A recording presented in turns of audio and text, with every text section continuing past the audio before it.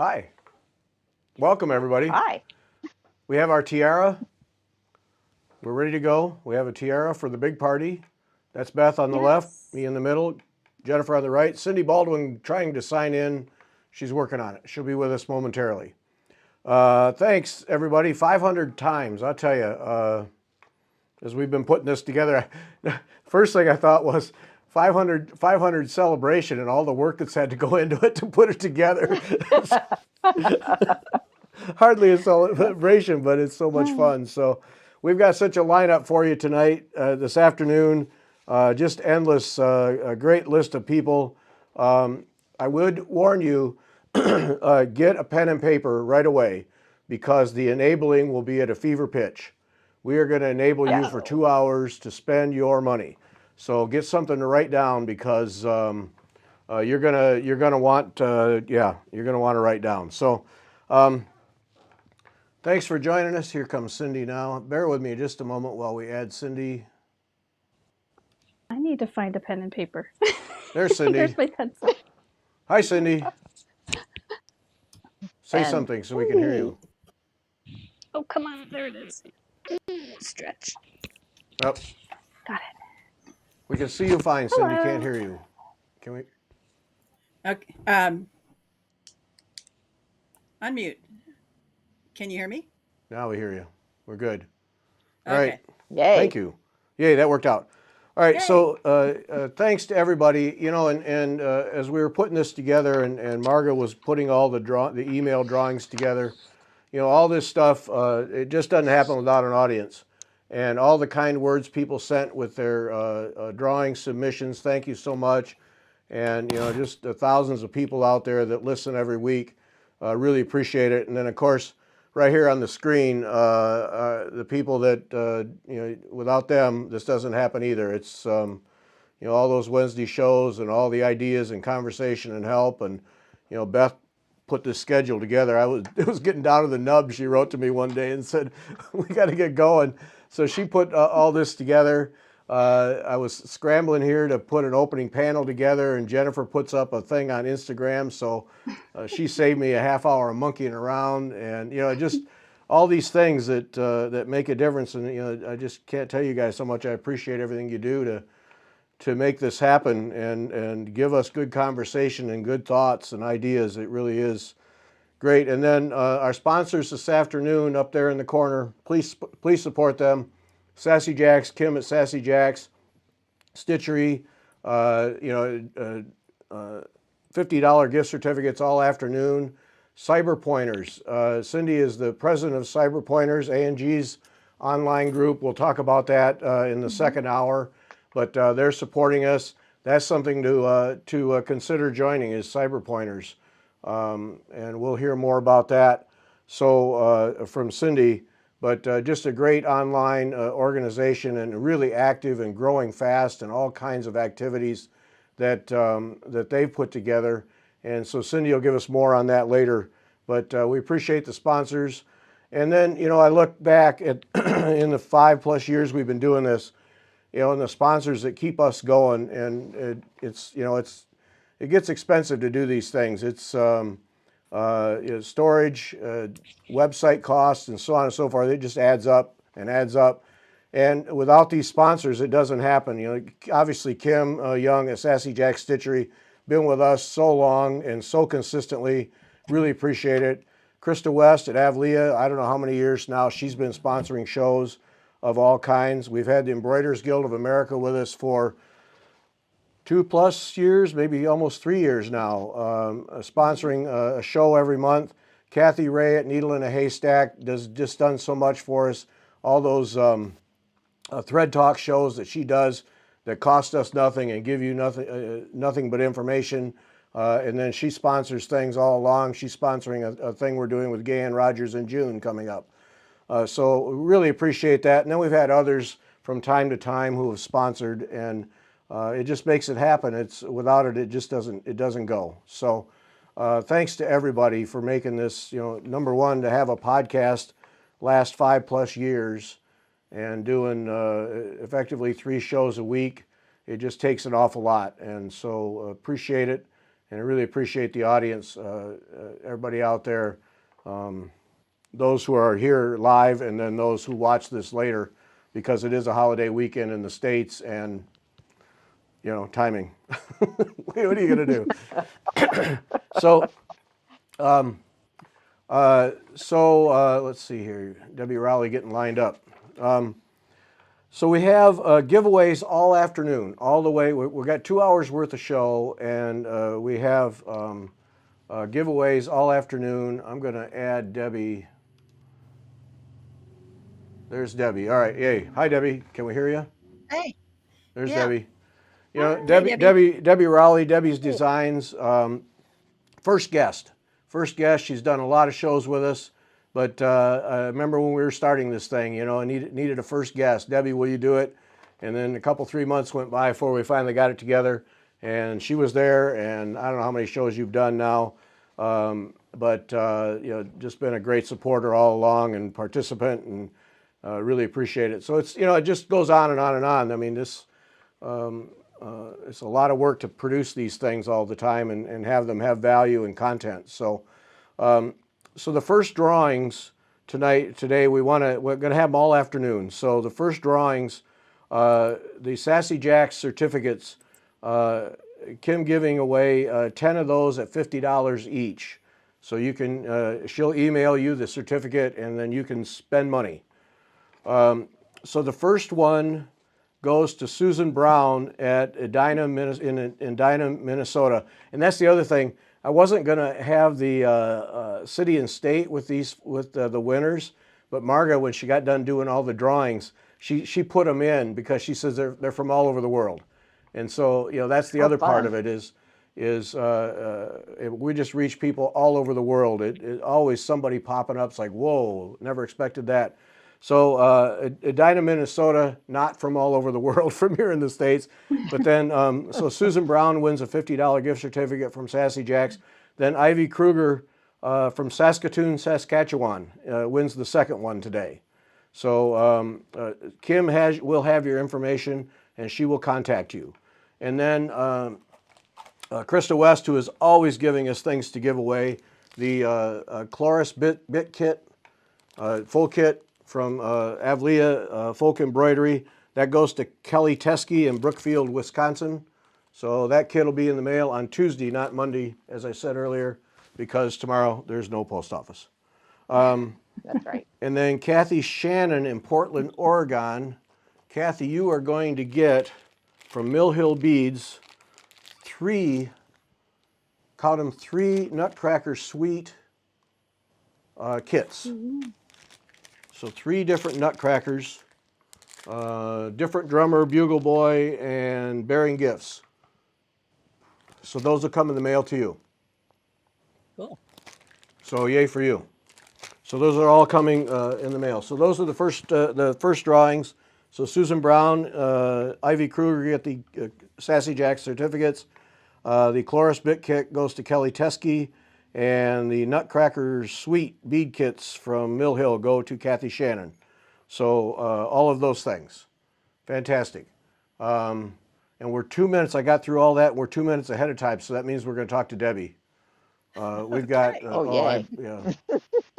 All right. And Just blew through the introduction. I know. Yeah, well, hey, I was afraid we'd be 10 minutes behind before we even started, and we were going to be the way we were set up, so that was not going to be good.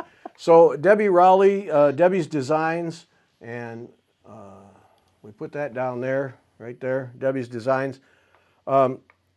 Debbie has been working, Debbie and now her retired husband, Rod, when he isn't, he's riding a bike yesterday in 90-degree heat with 20 and 30 mile an hour winds. That's not right. That's not right. Well, you do know we live in Oklahoma. And I know, and so there's nothing to block the wind too. Yeah. Yeah. And if you wait for there to be no wind before you ride, you're not going to ride. So Tip of the cap to Rod for hanging in there on that. I've been on those kinds of rides. They're not pretty. So Debbie has been transforming her business, doing a lot more online classes, and she's got a monthly giveaway. So we've got several things to to do to show you here coming up. We're gonna have a lot of photos, but Debbie is giving a $50 gift certificate to use on anything other than a class. So a $50 gift certificate that Debbie is giving, and that goes to Emily Bittner Diette, Diette in North Riverside, Illinois. So Emily, Debbie will contact you, and you guys can sort that stuff out. Emily Bittner Diette, I'm going Diette. I'm going with that. North Riverside, Illinois. She wins the $50 gift certificate from Debbie's Designs. You'll have fun with that. Well, that's enough to do one of your monthly kits. I'll show you a sneak peek for June. Okay. It will be released on Wednesday. What's that? Can we see that? Ooh. Ooh, right up there close, right up close, Debbie. Oh yeah, that's the June Oh, one. look at that. This is for June. And we have, Rod is 3D printing the starfish and the seagulls. And so those are included in the kit. And all the threads, the canvas, which will be line drawn, have bound edges. And so that's our June kit of the month. Outstanding. And Rod also printed he also does the display neat. stand. And we also Oh, have that the finishing stand kits is available. cool. So you can get the fabric and the mat board so that you can finish everything up just like this. Man, that is neat. Cool. Now Debbie has That is very has one of cool. these every month. Yes, we do a kit yeah. of the month. We started it last year, and some of those kits are still available, not a lot. If you go to the website, the ones that are available will show that they're in stock. And all of the ones that we've released so far this year are still available. So they are complete kits with canvas, with all the threads, any embellishments, even a needle. So all you need are the stretcher bars, and it's the same size every month. So you only need one set of 8-inch stretcher bars, and you can do all of them. So they take about,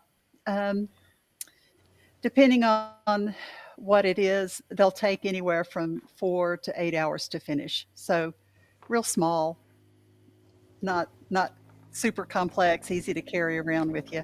Let's see, 4 to 8 hours for Debbie. That is 16 days for me. Yeah. Okay, got it. I was going to say, how long would it take me to get one of those? And she says 4 hours.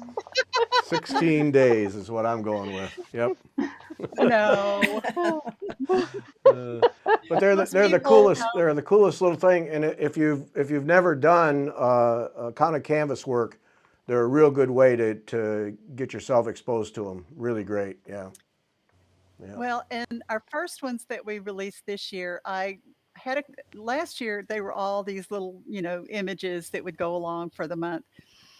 This year I thought, well, I'll do a different large motif, a border stitch and a background stitch.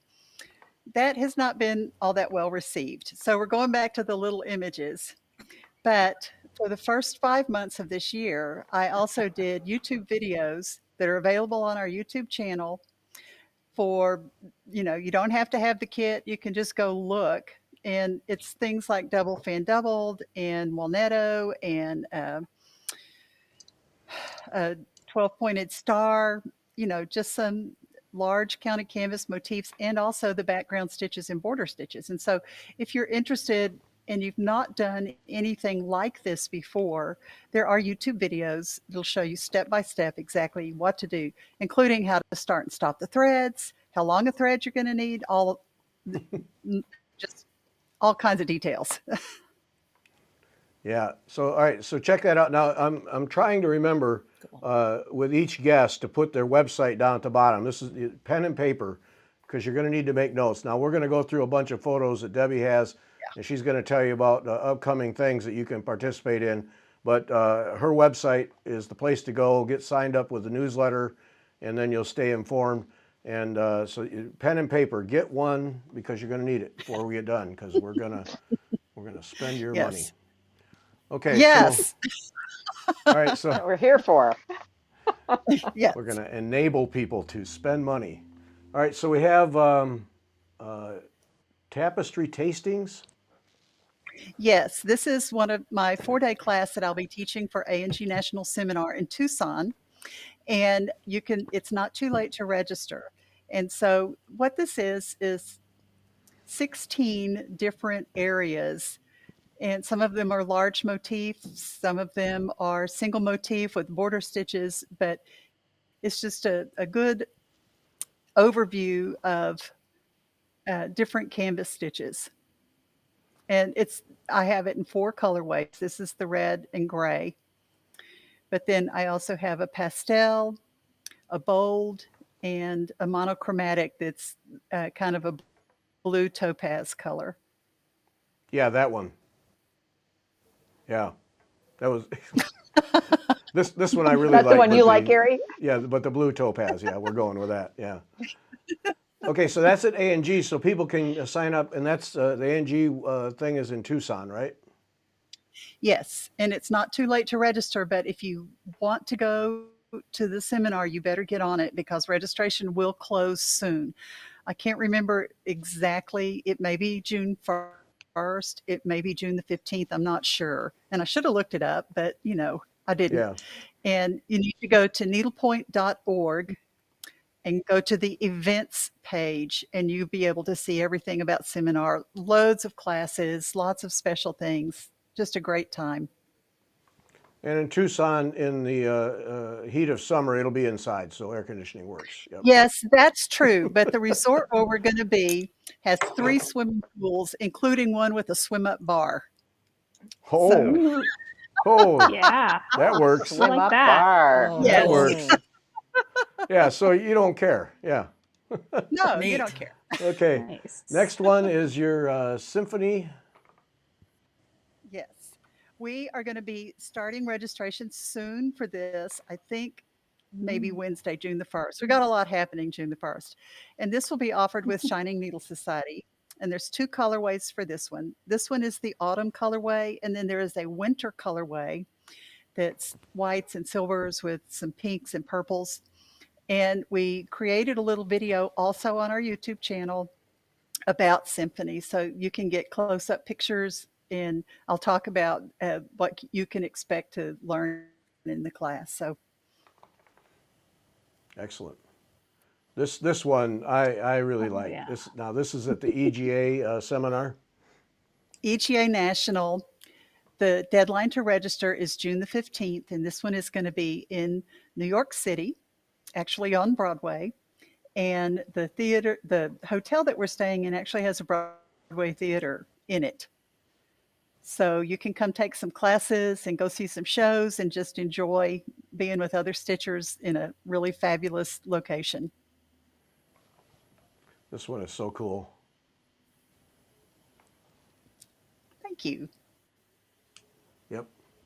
All right. And then there's this one. See, this is the trouble with you. Why? Well, because there's too many to decide from, see. 'Cause I like Right. this one too. Well, this is we do have- another. Go ahead. Someone asked, are any of these classes online for those of us that can't attend in person? Rose wants to know. Eventually, they're going into my teaching catalog, and eventually they will be offered online in some form or fashion, but I couldn't tell you when, and I couldn't tell you. Uh-oh. But You, uh-oh. But Symphony Society is. or with A&G, but Symphony is online, yes, with Shining Right. Needle Society. Okay. Okay, so this one is mostly Jessica's, and as you can see, it's mostly Jessica's, all different sizes and shapes of Jessica's, with a few other stitches to kind of round out the design. And this is a 1-day class at A&G National Seminar. It's also available in 4 colorways. This is the bold colorway. There's a chromatic colorway that is mostly beiges to browns. Okay. I like the frame. Wow. I Okay. had a really good framer. And then there's this one. This is mostly Walnettos, and this is also a one-day class at A&G National, and it is a companion to Mostly Jessica's.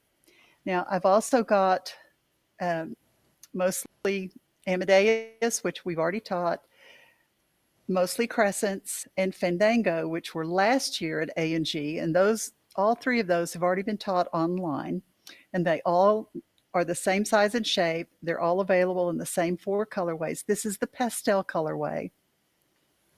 So if the bold is to slap you in the face, we can do other colors.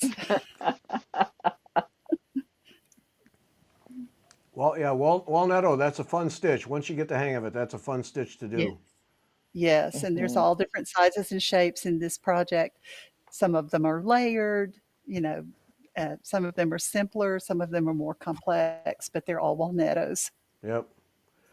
Outstanding. All right. We're going to keep this moving, Debbie. Thank you. Debbie's Designs. Okay. Thank you so much. Thanks. All right. Congratulations. Thanks. Thanks, Debbie. Talk to you later. Bye. Okay, bye-bye. All right. Staying on schedule. We should have Kim here. Somewhere. There's Kim. There Kim, she how is. you doing? I'm good. How are you? Doing okay. Doing okay. Thanks for sponsoring the show. Thanks for giving away the gift certificates. Thanks for being a sponsor all along. We appreciate it. Kim's in her basement where her shop is behind her. Yeah. Fun stuff. Yeah. We're getting ready to move sometime soon. So. Yeah, good. I'm sure you'll be glad to get out of the basement too. Yeah. I will. Everett will be glad to have his space back. So. Yeah, that's been a long sacrifice for him. Yes. Yeah. About a year. Yeah. All right, let's see. We have we're going to look at some fun stuff here coming up, but we have 2 more Sassy Jacks certificates now. A Pat in Weaverville, North Carolina. You win one of them. And Catherine, these names, Pogwa, P-O-G-O-I-S, Pogwa, Catherine Pogwa in Lafayette, California. You win the other one. So Very cool. Congratulations. there Congratulations. we go. Yeah. Stuff will go to Kim and she'll contact you. And you guys can sort it out. But $50, that'll get you started at Sassy Jacks. That's a good starter kit. We call that a starter kit. Yeah. Yeah. There you go. Buy some thread. Now the let's see here. I gotta do this right. I set this all up, so I gotta do this right. So it's sassyjackstitchery.com. Getting that down at the bottom. Now I got a surprise last night from Kim that, or this morning or whenever it was, that just really knocked me over. So here's one everybody wins. Everybody wins on this one. Kim put together. Cool. Yep. Oh, cute. Yep. Tell the story behind this, Kim. Well, Allie actually did it for us. I kind of gave her the idea I had in my head, which is how it usually works, and then she makes it happen. So it's Gary in the middle and then 2 friends. So you can change the hair color, the skin color, the clothing color, whatever you want to do. You can change Gary and put 3 friends, however you want to do it. But it's made to kind of stitch from stash, really. And so you can use the colors we gave, or you can change it up and stitch from stash. And I will tell you, the thing about the little squirrels with the scissors is kind of neat, because that's the exact design that the mason made for us at the back entrance to the shop without me even knowing about it. Like, I told him to do squirrels, and when I came out there, it was a squirrel on either side, and each one had a side of the scissors, and they look like they're fencing. So it's kind of neat. I can't get to That's cool. That is super cute. Hang on just a second. I can't get to the thing, so because I got it covering up the. Well, You Gary's got to going cover to up have it the on his squirrels on the bottom. webpage. Yeah, and we'll put it on our homepage, and it'll just be a free download. The fun thing that we want to do with it is we're actually going to, if you finish it and send us a picture of it finished, we're going to send you a little scissor fob that we make with your picture. And so I have an example of that when Cute. Gary puts me back on screen that I'll show you. Okay. Okay. This second. Yep. How fun. I'm going to have to do this one Okay. for sure. So, all Let me right, see you're on which the one I screen have to now. get it all on there now. So can Oh, you see the cool. little scissor fobs over to the side here? We're gonna see you more in a minute. There's Jennifer. Hi, Jennifer. There she is. Okay. Hi, Jennifer. So There you go. ignore the name tag right now. That's for later. But the scissor fobs, there's one in a little tool kind of bag. That's how it'll come to you. And then the one down below it is what it will be, except it'll have the picture of your stitched piece in it. And so that's just a little gift that we're going to Oh, give that you. is so neat. Yeah, we'll do it through the end of the year, through the end of 2022. So if you take a picture of your finished piece and email it to me, and in the subject line put Fiber Talk Friends so that I make sure I see it, we will use your picture of your printed piece and we'll make you a little scissor fob and we'll send it back, and it's just a little gift from us. So just to encourage you to finish it. And then you have that little memento as well. Oh, that's very cool. Thank you. Wow. Yeah, you're welcome. That I is love it. so cute. That's fun through the end of the year. That's fantastic. Wow. Yeah. Excellent. All right. So we there- hope you like it. You can change it up however you want. Yep. So there it is, and the link down there at the bottom, that'll get you the PDF. You just go to wetalkfiber.com/friends, and the PDF will come up, and you download it and print it or do whatever you need to do. So just yeah, that's all there is to that. And we'll keep reminding you in the coming weeks about that. But there's the fencing squirrels. I've figured out. how to get it. Yeah, and it's made to fit in like a little 4-inch tart, or it's the same size as the other little Friends pieces that we've done. So it's small and easy and finishable, and have fun with it. That's excellent. Thank you so much. That's very neat. Yeah. Thought you'd That's like fun. that. Great. It's Yep. hard for me to keep that secret, so I know you Super hinted cute. on Friday, and I was like, oh, I did. I think you see. Right at the I was like, end, I oh, was what like, has she got I've up? got a What up surprise. sleeve? I don't know that woman. Very cool. Thank you. So there You're you go, welcome. folks. wetalkfiber.com/friends will get you that free download available to everybody. And we'll just leave it up. It's not going anywhere.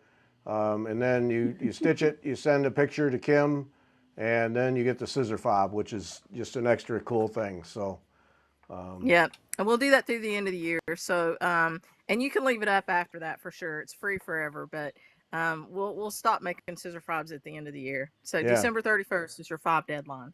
okay. All right. That's great. Okay. And then a couple of more things from Kim as we try to stay on schedule here. Oh, man, this is so nice. Oh, Yeah, Mabel took. Oh, that's Mabel. beautiful. Yeah. So Mabel is going to be coming out. I'm probably going to put her up today. I meant to put her up before this, and I've lost track of time. So she's going to be for sale. Let's just say today after the show. The thing that's neat about Mabel too, I mean, it's a beautiful, beautiful piece. But her parents were Quakers, and they founded. They were part of the group that founded Ackworth. I mean, there's a lot of history on Mabel. It's not a Quaker sampler, but Mabel's family were responsible for some really neat things, and so you'll learn all that history. I also did a tutorial, a video tutorial, and that'll be a separate little purchase because it has a separate little chart. It's a small that takes you through all of the specialty stitches, so you can see she's got some queen stitch, some bargello, some eyelets, some Smyrna crosses. And so we take you through all of those in the little tutorial, which will be really inexpensive. So that will come out as well, and you'll be able to watch the videos and stitch the small. You'll get the small with tutorial if you want to try it first. And I think more people finish the small. We did this as a chapter club a few years ago. I think there were more finishes of the small than there were of the sampler. So, That's a beauty. That's a beauty. yeah, It's thank- gorgeous. And then we have this one, the Dutch one. Yep. So that one actually belongs to Susan Greening Davis, and it got released this past week. And it's a beautiful Dutch sampler. It's a Frisian sampler, but the little rectangular ribbon-looking parts on the right-hand side are really indicative of the Isle of Markham. And so it's probably got a lot of Markham influence to it too. And that is already for sale on the website, or you can buy that from Susan. and it's really, really pretty. The class that we're doing this coming weekend is an extract from that. We made a small using the specialty stitches in this one, and it does have a bunch in there. And made a little small piece. It's really beautiful too. And we'll redo that class. We'll have an encore for it. So if you buy the sampler and you're like, oh, I wish I'd done the class, you'll have another chance to do that too. So Okay. Now, if people can get to you next weekend, do we still have a slot or two left? yeah, we've got a few spaces. So if you want to jump in there, you'll have to call me, tomorrow or Tuesday or Wednesday, and make sure you can travel and be here, because you will need to be here for this one just to learn the stitches and stuff. But yeah, you can definitely. We've got a few. Yeah. Okay. Yeah, get in on that. And then we still have slots in the August 5th and 6th one with the best seal. We do, and then we have Susan coming back in August too, which is not posted yet, but it's a different project. Yeah, and then we've got a class in October with Isabel. We do have classes in July with Jackie Duplessis, but they're pretty much full or cut off at this point to make the kits. So yeah, we've still got a busy schedule coming up. Yeah, check that website there at the bottom of the screen. Check that. Kim is really putting together a lot of activity here in the coming months. Sorry. So keep up with that. And her Facebook page is also an excellent place to keep up with Sassy Jack's activity. Without a doubt. Thank you. Sorry. You're still doing the Friday night thing too. What time is that? Friday Night Live at 7:00. Yeah, this week I'm hoping we can get Susan to sit in on it.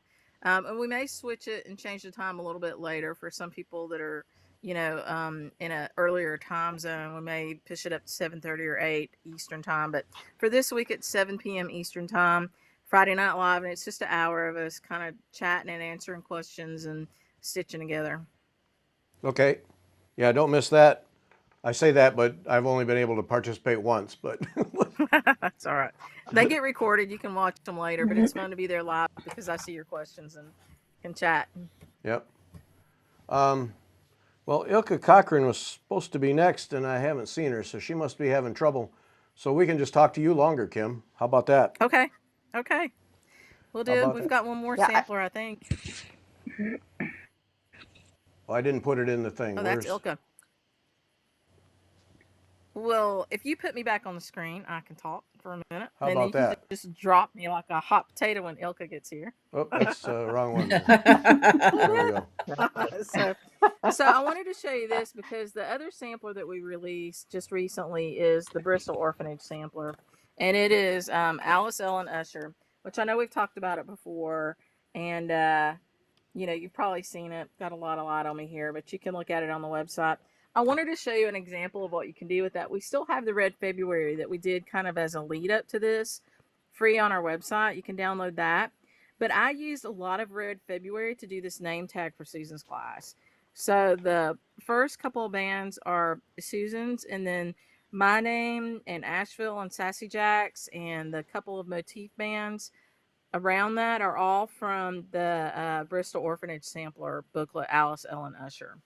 And so I just thought it was a great example to show you of what you can do with your booklets from your Bristol samplers, because they're full of alphabets and motifs and bands and stuff like that that you can use to decorate with. Yeah, we've talked about that a couple of times. There, if you never do a full sampler, buy a Bristol sampler just because of what it provides you with alphabets and little borders and things. Yeah. That's kind of what I did with this one. Yeah. Can you hold up the... So this was a freebie for Susan's class. This was a freebie. This is not the class. This was like a little free name tag that we sent out. So... That's really neat.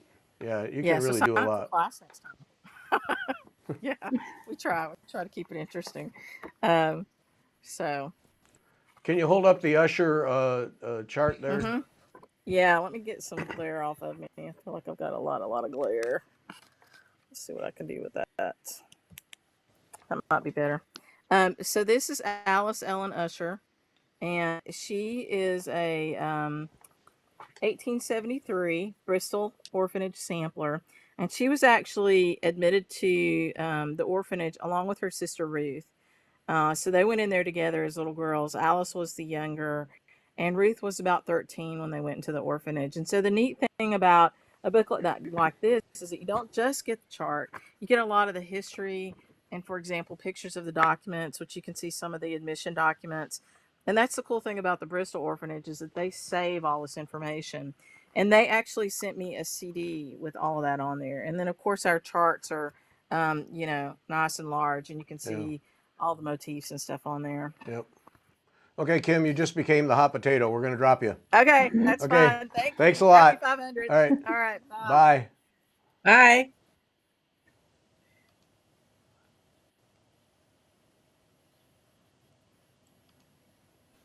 Ilka.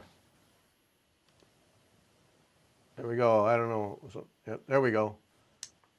Is she there? Hello. Yes. There we go. There we go. Got her. Yay. Hi. Cheers. Thanks. I have some Diet Pepsi. I can yes. Glad you could get in on this. This is great. Thanks for doing this. It was lovely. Congratulations. Oh, thanks. Yeah, Ilka's done several shows with us. I forget how many, but several shows through the years, and 4. Yep. Or Yep. Ilka was my first exposure to Hardanger. Yeah, long ago. Yep. And the bandwidth is not keeping up. I lost Beth, it looks like. Ilka's locked up. Nuts.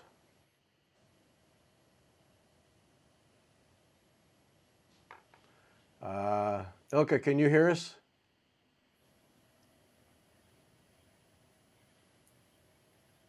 Nope. no. She locked up all the way from England. Ilka, if you can hear us, call back. I'm going to hang up on you. There we go. And where did Beth go? I don't know. Well, here's Beth. Sorry, folks. There we go. There she is. Yay. But where's Ilka? She was locked up. Oh, okay.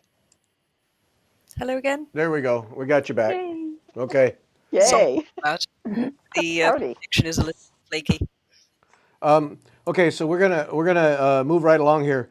Ilka is giving away a digital chart pack, and now this is I don't know, serendipitous or whatever. Elizabeth Mangold from Switzerland wins it. So somebody from your end of the world wins the digital chart pack.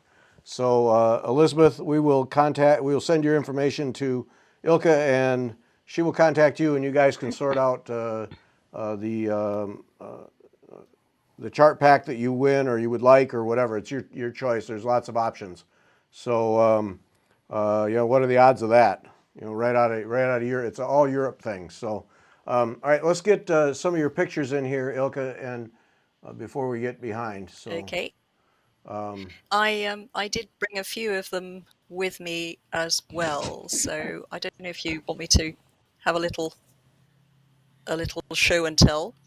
Well, let's just do the pictures. Yeah, I think yeah. Okay. So these are called Come Rain, Come Shine, and they are basically samplers in umbrella form, because I think samplers are really useful to try out all the different techniques, but they are not always particularly interesting, and so I like them to be a picture as well. So these both have different metalwork techniques in them, silver for the umbrella and gold for the parasol. And they were in Stitch magazine, the current issue. And I'm hoping to teach the umbrella as a class at an adult education centre near us. So if you are in England, anywhere near the Midlands, towards October, November, I should be teaching that. So you're always very welcome. Excellent.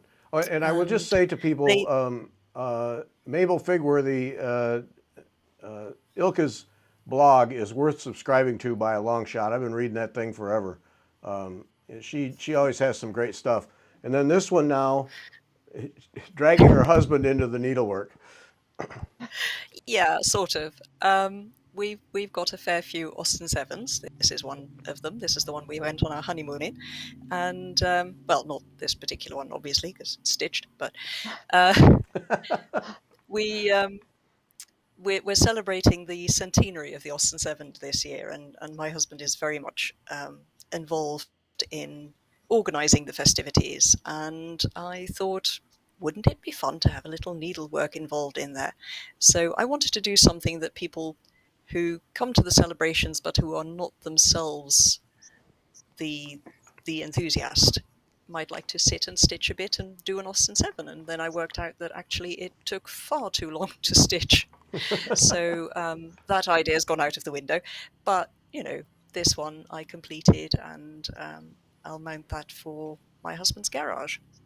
There we go. So he All can right. have it. Nice. And the it's sort of based on the Bayeux tapestry, and the lettering is like the Bayeux tapestry, which is in Latin, and this is a sort of cod Latin that says here, that means at this time, Sir Herbert made the Austin Seven. So there you go. Ooh, some culture too. Oh, yeah. All right, now I this always one. say my Latin is just enough to read tombstones. The important things. Well, this is James, James the snail. James is part of my crewel work, my Jacobean module for the Royal School of Needlework certificate.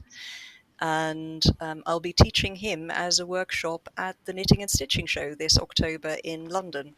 Oh, So if you happen to be in London at that time and visiting the Knitting and Stitching Show, I'll be teaching James as a workshop.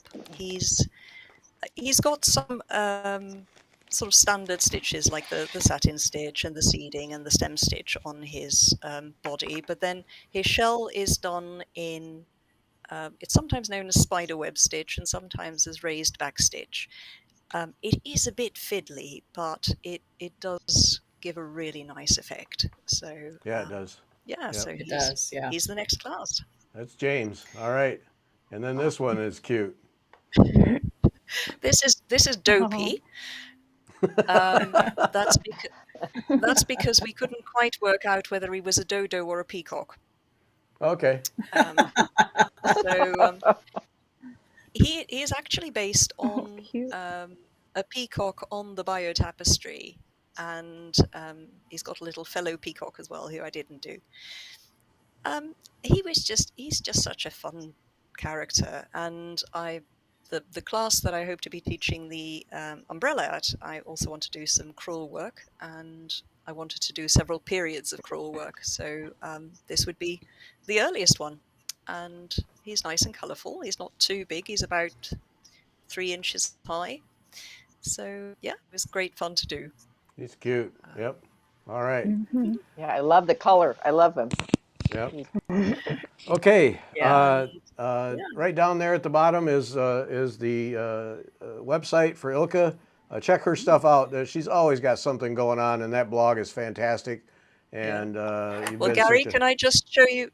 Yep. Gary, do you remember you asked me about the slate frame? Can I Yes. just show you my itty bitty slate frame? So this is my little slate frame. Oh. Oops, it's got my canvas work on it at the moment, Uh-huh. and that's what I'm allowed to use now because it's a smaller. At the Royal School. At the Royal School of Needlework, Yep. and this is the tulip that I'm working on at the moment. I'm trying to get it to. Other way. I'm not sure it's working. Never mind. Other Oop, direction. Going the wrong way. There we go. That's me not knowing my left my light. There you go. Yep. So I'm trying to, and I'm being told off for trying to be too painterly. So I need to learn that canvas work is not silk shading, and it doesn't have quite that level of detail. They want you to lighten up a bit. Yeah, basically. Oh, it's lovely. But it's great fun to try, and it's a good challenge. Yep. Yeah. Go back and listen to our last one. Ilka gave us a really great insight into the Royal School work that she's doing, And so that's a really good one.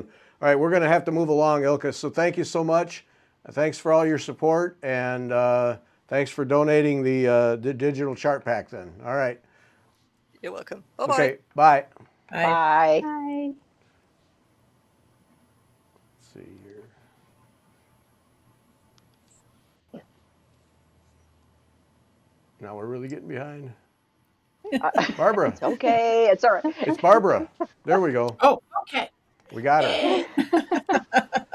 Barbara Hudson, Queenstown Sampler Designs. Hi, Barbara. How you doing? Been a while. I'm doing great, Okay. and I just love the show so far. Everyone's doing such. Can you see me? Okay, Yep, yeah, we see you There we fine. go. Yep, yes, we do. and you can hear me. Yep, Good, cool. excellent. Now here's a place Okay. if you want samplers of all kinds, you go to the Queenstown Sampler Design website, which I am going to put up here right now, and Barbara has always has something working, and today we get to be the first ones to see the new introduction. The first ones, Emma Jane Keltner, we get to be the first ones, and Barbara giving away a free chart. So I'm going to put that up. There she is, and you in a second here, Barbara, we'll get you to tell us about her. This is the first time now, so no one else has seen it. It'll be available in shops. I'm sure Kim will have it here in the next week or so. But the chart of Emma Jane Keltner goes to Alison Turley in Queensland, Australia. So she wins that. Then also, we're giving away the Avlia Kit Cycladian Scrolls. And that's going to Elaine Warren in Cheshire in the UK. And then we have here now. See, I've messed up the show here. So that's going Cycladian Scrolls, which you can't. Oh, I know how you can see it. That's that one right there, but it's the full kit. It's beautiful, and that's the full kit in Krista West's new biodegradable everything packaging, rattly paper. So that's really cool. And then hands-on design, a year of celebrations. That chart goes to Mary Paquette in Saginaw, Michigan. So those two. But now back to Emma Jane Keltner, because that's Yeah. Look at all that right. blue tree. Tell stories. Is that tree Tell really stories. blue? It's gorgeous. Well, it's the blue green, two different big trees. I was really glad when I was done with those because it was like the never-ending trees. And there you go. There's the antique. When the photo from the auction house where I purchased it in Pennsylvania. It didn't travel too far. It always stayed in Pennsylvania until it came to me here in Maryland. And Emma Jane's parents were Jacob, who lived from 1795 to 1862, and Rachel Proctor Keltner, who lived from 1797 to 1859. Jacob was a peddler who traveled around Pennsylvania and Maryland mountains. They lived in a two-story brick home at the corner of East Queen and 3rd Streets in Chambersburg, Franklin County, Pennsylvania. In 1855, at age 18, Emma Jane married David M. Eicher, I think, who lived from 1831 to 1903. David was a cabinet maker and chief undertaker for Chambersburg. Father Jacob is living with them in the 1860 census. David remarried soon after Emma died in 1862. The Keltner and Eicher families are all buried at the Cedar Grove Cemetery in Chambersburg, Franklin, Pennsylvania. So I've got a little thing up there from the Franklin Historical Society. It shows the public square in Chambersburg in 1838. Thought that would be a nice thing to see about the time she was born. Well, she was born, yeah. And so that's a fun little piece. How much time do we have, Gary? Oh, a couple more minutes. Yep. A couple more minutes. The chart has 20 pages. I don't have a lot on her because she died so young. I have more history on her husband and what he did through the war and so on. One little thing I found out about her father that was written in Recollections of Chambersburg between 1830 and 1850 by John M. Cooper.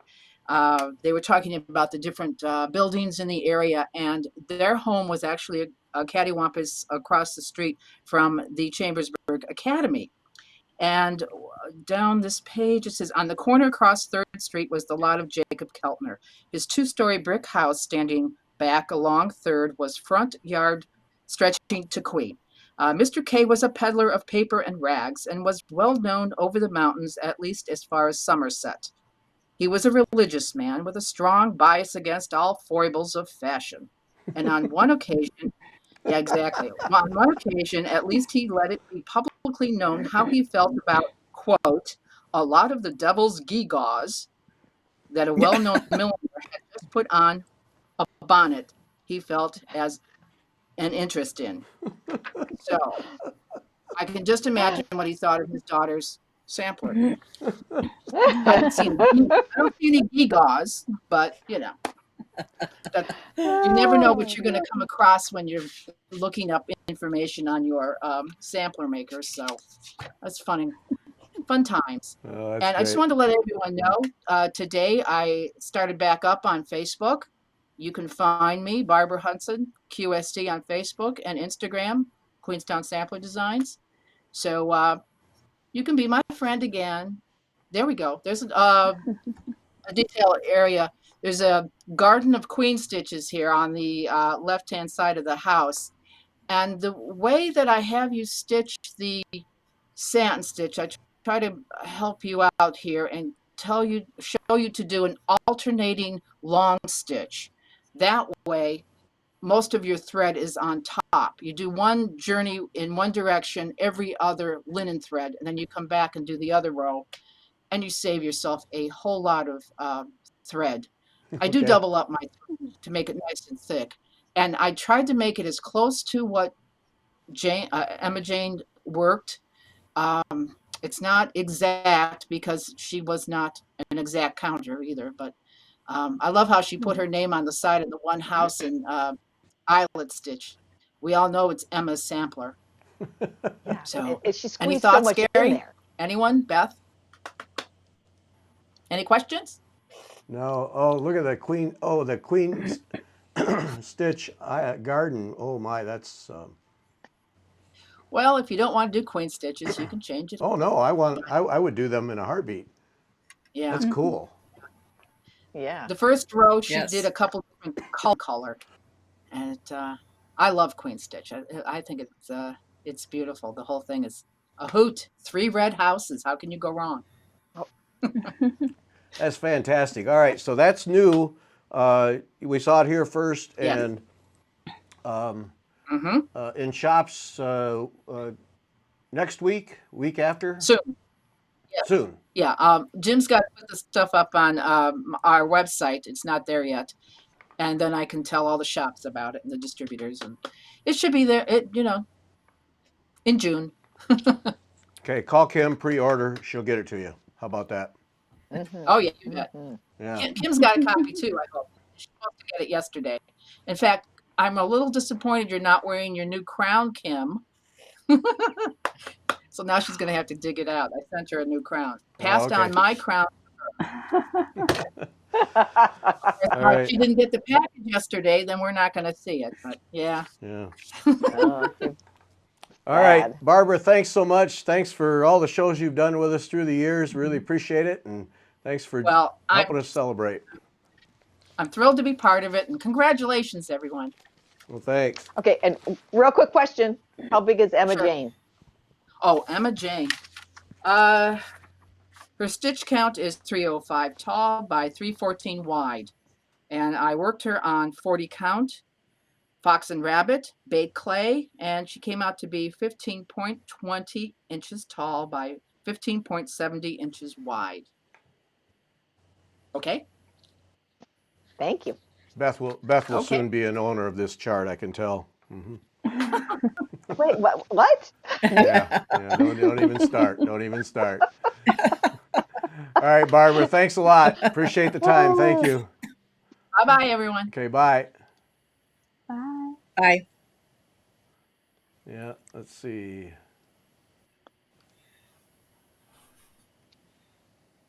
Karen. Oh yeah, that's Karen is there. Magically, Karen. it worked. Yes. Hi, Karen. It's Karen Kluba. Hi, Karen. Hi, Karen. Hey. Thanks for joining us today. Really appreciate it. Well, thank you and congrats on 500 shows. Wow. Well, thanks. That's It's yeah, it's a long haul. You bet. Let's see. We got to get more sound out of you, though. Uh-oh. All right, how do I do that? Let me see. Henry, do you have any ideas? Closer. Can barely hear you. Get more sound. Is that any better right there? No, it sounds like you're in the other room right now. Oh my gosh. Any ideas, Henry? Do you have a huh? I'm sorry, I'm talking to my grandson to see if he can help me out. Do you have a Yeah, earbuds. you have an earbud microphone for an iPad? Well, I'm never going to use it. Well, while you're sorting that out, Karen is giving away. While you're sorting that out, Karen, yeah. We'll hear more about these, but Karen is giving away 2 charts. One is Tickled Pink. That's this one. And then the other great. is Oh Flutter, and that comes with a sulky thread pack. Oh, fun. And Oh, so the Tickled Pink goes to Pat Park, and the Oh Flutter, Marga missed this one here. We're gonna have to have a drawing because Oh Flutter, she missed that. There was a second one, so we'll draw that and have a name for that. I think she's listening, so she can do that. But Pat Park wins the Tickled Pink, and let's get back now to. Boy, we're hearing me in the background. I bet she has her volume on. Yeah, I don't. Maybe that's what I did the wrong way. I turned up the volume, but maybe I should turn it down so you can hear me. Is that any better? I don't know. I'm really sorry. That's all right. We can hear you just a bit there. But All right, I'm sorry. I'm on my iPad, so I probably should have did my computer, but I didn't know where my I didn't know where my microphone was. okay, that's all right. In my desk. Looks like she's getting help. Maybe. Sorry, Ooh. I was trying to see if my grandson could help me. So we'll just try to do this. I apologize. That's all right. So tell us about Tickled Pink. So Tickled Pink, Oops. which I have it here, is yeah. I was looking through a magazine and a catalog and saw this kind of tapestry type thing. This kind of similar, only totally different. And the flowers just made me laugh. So that's why I did it. I just thought it was a really fun thing to do, and I loved the colors. They just, like I said, they just made me laugh. So Yeah, it's a great one. All right, and then Oh Flutter. Now that's a follow-up to the Peacock one. yes, to Oh Feathers. Yes, and that one I liked doing the using the Quaker motifs to fill in to make a critter, whatever critter it happened to be, and the sulky threads were a big hit for Oh Feathers, so that's I decided to use them again, and they're just wonderful to stitch with because you don't have to separate threads. You can just um, you can just start stitching and so it goes faster than you think because of that. Separating threads takes up a lot of time that you didn't even realize you're using. So anyway, so I love the sulky threads and those little thread packs are really nice. Yeah. Oh, this is a great one. Yeah. All right, and then I am a big fan of this parrot. Oh yeah.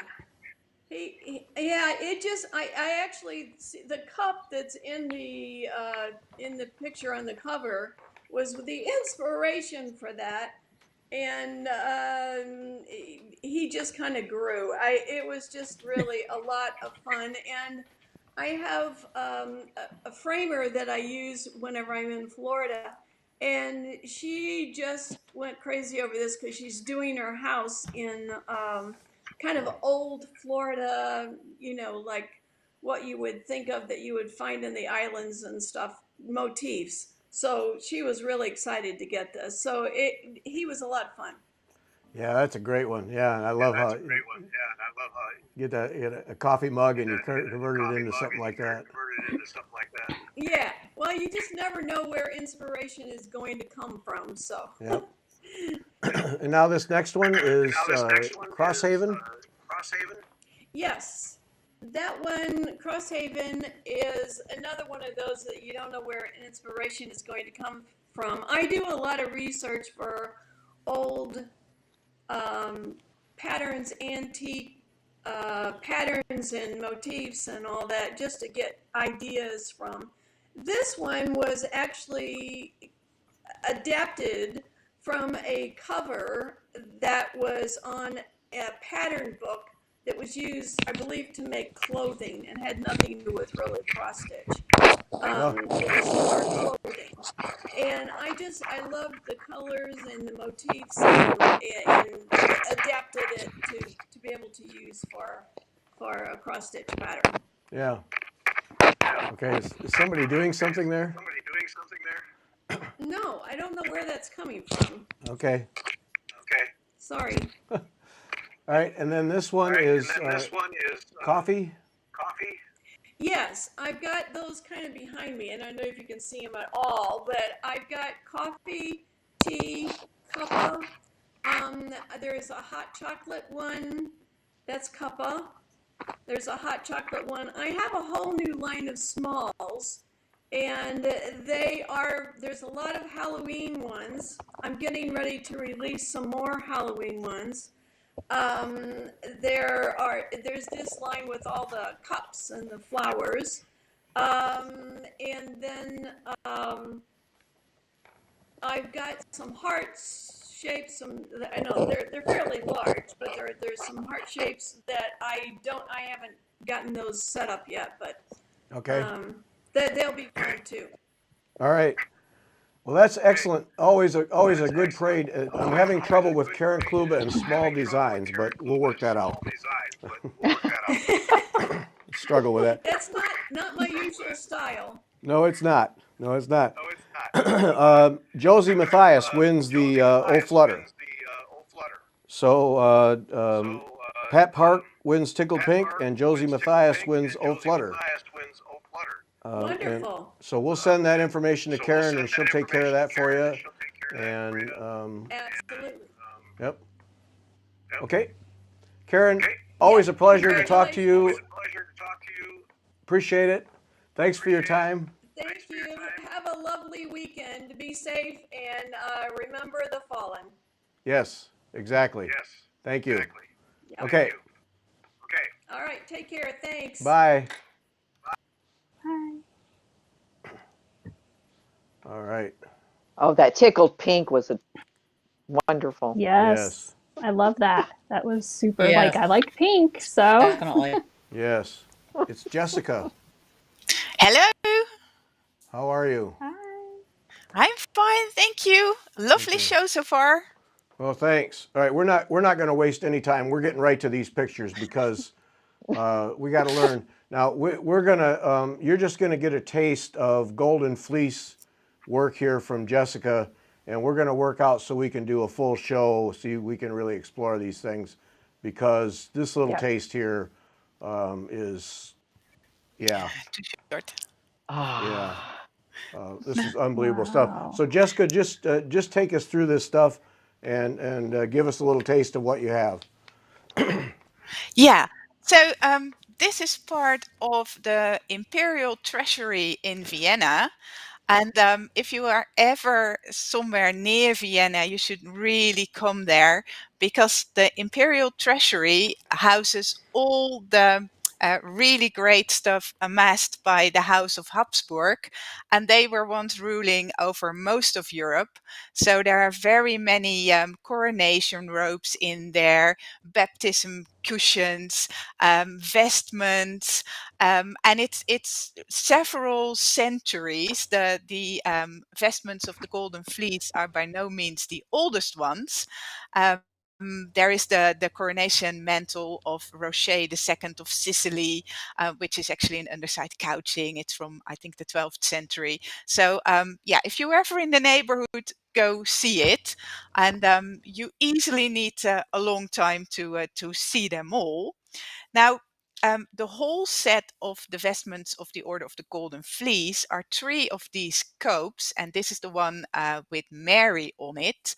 Then there are 2 dalmatics, there is a chasuble, and there are 2 altar frontals, and they're all embroidered in more or less the same way. Most of it is ornue. They were likely made in the Low Countries, somewhere the south of the Netherlands or even Belgium. And they were sort of made around 1425 or 1440. But unfortunately, we don't know by whom. We only know that they were made for the Order of the Golden Fleece. We don't quite know who gave the order to make them. And these vestments haven't been really studied in depth. Apparently, they're doing it at the moment, so who knows? I'll keep you updated when a good book comes out. Okay. And as said, the vestments are embroidered in this beautiful ornue, and that means that you are laying 2 parallel gold threads and you are covering them with couching stitches in silk. And by changing sort of the density of your couching stitches, you get different shades of the color you are using, and more or less gold is shining through. And you can lay your gold threads mostly horizontally, but in these vestments, they can be vertical as well for the background. And then for the halos, they are usually circular. And here you see an orfray, which is along the front opening of the cope. And these are stitched loosely and still in ornue and then appliqued onto the background. So on your left, you can actually see that this new piece of embroidery is on top of the rest of the embroidery. And it's just a waste of embroidery. And you see that in all these vestments. And it's quite interesting because it means that they just send it out the order to have loads and loads of these embroideries made. And then later on, they were sewn together into these vestments, but there's actually an awful lot of waste. This one is quite mild, but there are pieces where the figures are just cut in half. And here you see one of the yeah, it is it's really brutal every so often. And here you see one of the figures on the main cope, and you can just see um, a bunch of these pieces are sewn together in these ornate frames, and there's lots of pearl embroidery on them as well. And you can when a lot of skilled embroiders work ornue, it is quite regular because it is kind of a counter thread technique. There isn't much variation possible in how it looks. So you can't really see different people working it. But when you look at the faces and they are stitched in very fine silk shading, then you can actually see that many people worked on these pieces. And I mean, you must, because it is an enormous amount of embroidery. Nah. And I think we have one more picture. Yeah, here you can see how these different pieces are put together and form this gigantic cope. And they are very, very pretty. And the interesting thing about the vestments of the Order of the Golden Fleece is that you have these all over embroidered vestments. And that is sort of, these are the last of their kind. This is sort of a breaking point in European medieval goldwork embroidery, because after this we start to get mass-produced orphrase, and they are no longer put on an overall embroidered vestment, but they are put on very expensive luxury fabrics, velvets, and silks. So these are sort of the last of their kind, and they look quite a lot like Opus Anglicanum of a century earlier.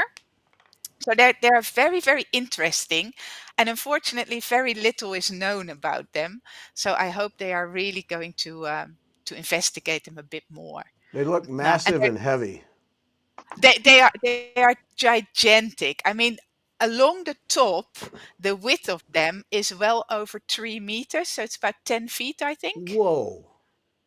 Yes, yeah. Holy Yeah, they're smokes. 5 feet high, and it is amazing. And you can see that the room is quite dimly lit, so getting good pictures is actually not easy. You need a very steady hand. Yeah. But when the gold content in these embroideries is so good, so high, such good quality, that they need very little artificial light to start glowing. And that is the whole idea of Ornuet. They the figures on these vestments, they give the illusion of being in 3D. And when the priest was moving around in these vestments, they look animated, if that Yeah. makes sense. Yeah. Mm-hmm. Mm-hmm. Wow. And they're so spectacular. Okay. All right, Jessica. Now, Jessica sent 17 photos, and I have to say that I got sucked right into them. So we'll come back to you. We got to do a show. We got to talk in detail about how these are put together and all the things. Mm-hmm. Yeah, Mm-hmm. without a doubt. Okay, Jessica, we're gonna move on. Thanks so much, and thanks for doing shows with us through the years, and we really appreciate it. And we'll come back to you. Yeah, thank you very much. My Okay. pleasure. All right. Thanks a lot. Bye-bye. Bye. Okay, are you going to do the giveaways? Yep, gonna do the giveaways now. Okay, ton of giveaways here, but let me get. We lost Cindy somewhere along the way. Uh-oh. Well, gonna add Krista. Hi, Krista. Krista West. Hey! Krista, thanks. Now I got to do a bunch of giveaways, so bear with me a second here, Krista. Sassy Jack's certificates 5 and 6. Ruthie Burns, Midland, Michigan, you win one, and Jackie Mark, Somerset, UK, you win one.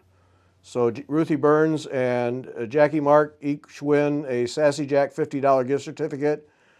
Sweetheart Tree, F is for Friends kit goes to Paula Badger, McMinnville, Oregon. That's this little thing. It's a full kit. Nice little box too. Cute little thing. So that goes to Paula Badger. And then the blue flower. Oh, I like this one. Almost kept this. Little drum. Summer quilts. This goes to Evelyn Bauer in Murfreesboro, Tennessee. So there you go. Those. And then Krista West, Avlia embroidery. Now you have to get pictures here because I don't have a picture of this. But anyway, one of Krista's new Latvian berries kit, which you're not going to be able to see very well because Krista is now changing over her packaging. Here, Cindy, hang on. So that it's all ecologically friendly. And so it's in this glassine. You can tell us a little bit more about this, Krista, in a second. But anyway, so I was not going to open it up because it's all sealed up. So anyway, Latvian Berries kit. This is a full kit, full Avlia kit, threads, cloth, that wonderful cloth that Krista uses. That goes to Fran Scholl in Altenburg, Missouri. Oh, I'll drive it over. I don't know where Altenburg is. It's probably a 2-day drive from here. On the other side of the state. Yeah. And then 2 charts. The Cycladian, are we saying that right? Cycladian? Cycladian. 2 charts. Those are going to one goes to Mary Dorter. I did Marga a disfavor here. I didn't put each one on a line. So Mary Dorter gets one, and then Marga will do a drawing and we'll get the other one to someone else. So all of those things. And now that catches us up. And so now it's Krista West.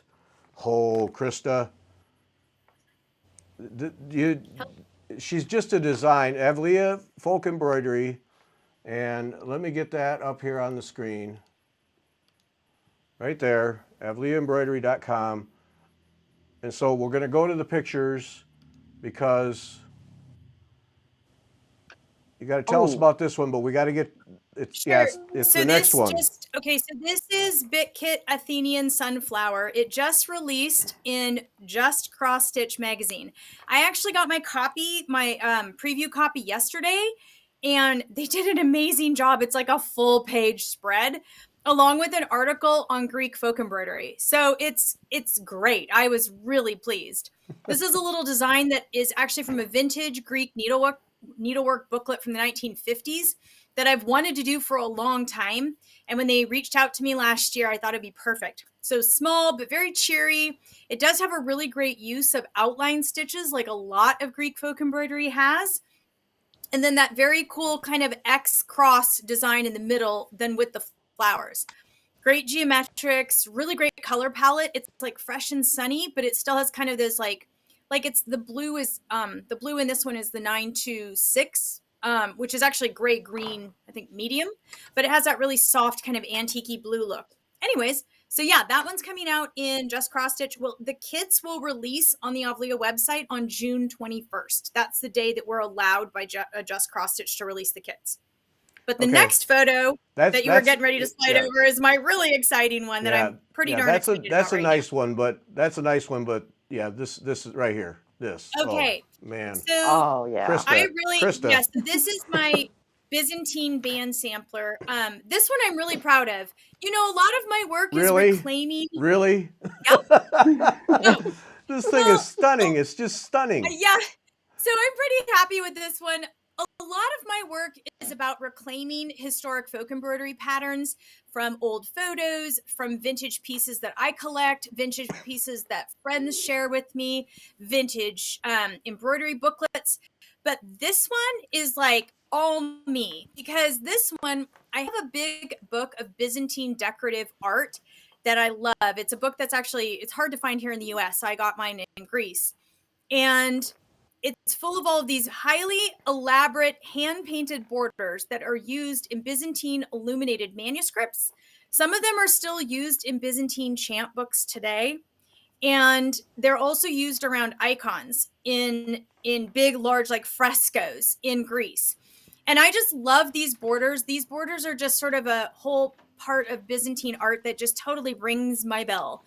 And so this past winter, I sat down with the book and like trying to figure out by hand, these hand painted borders, how I could translate them into cross stitch designs. And this is what I came up with.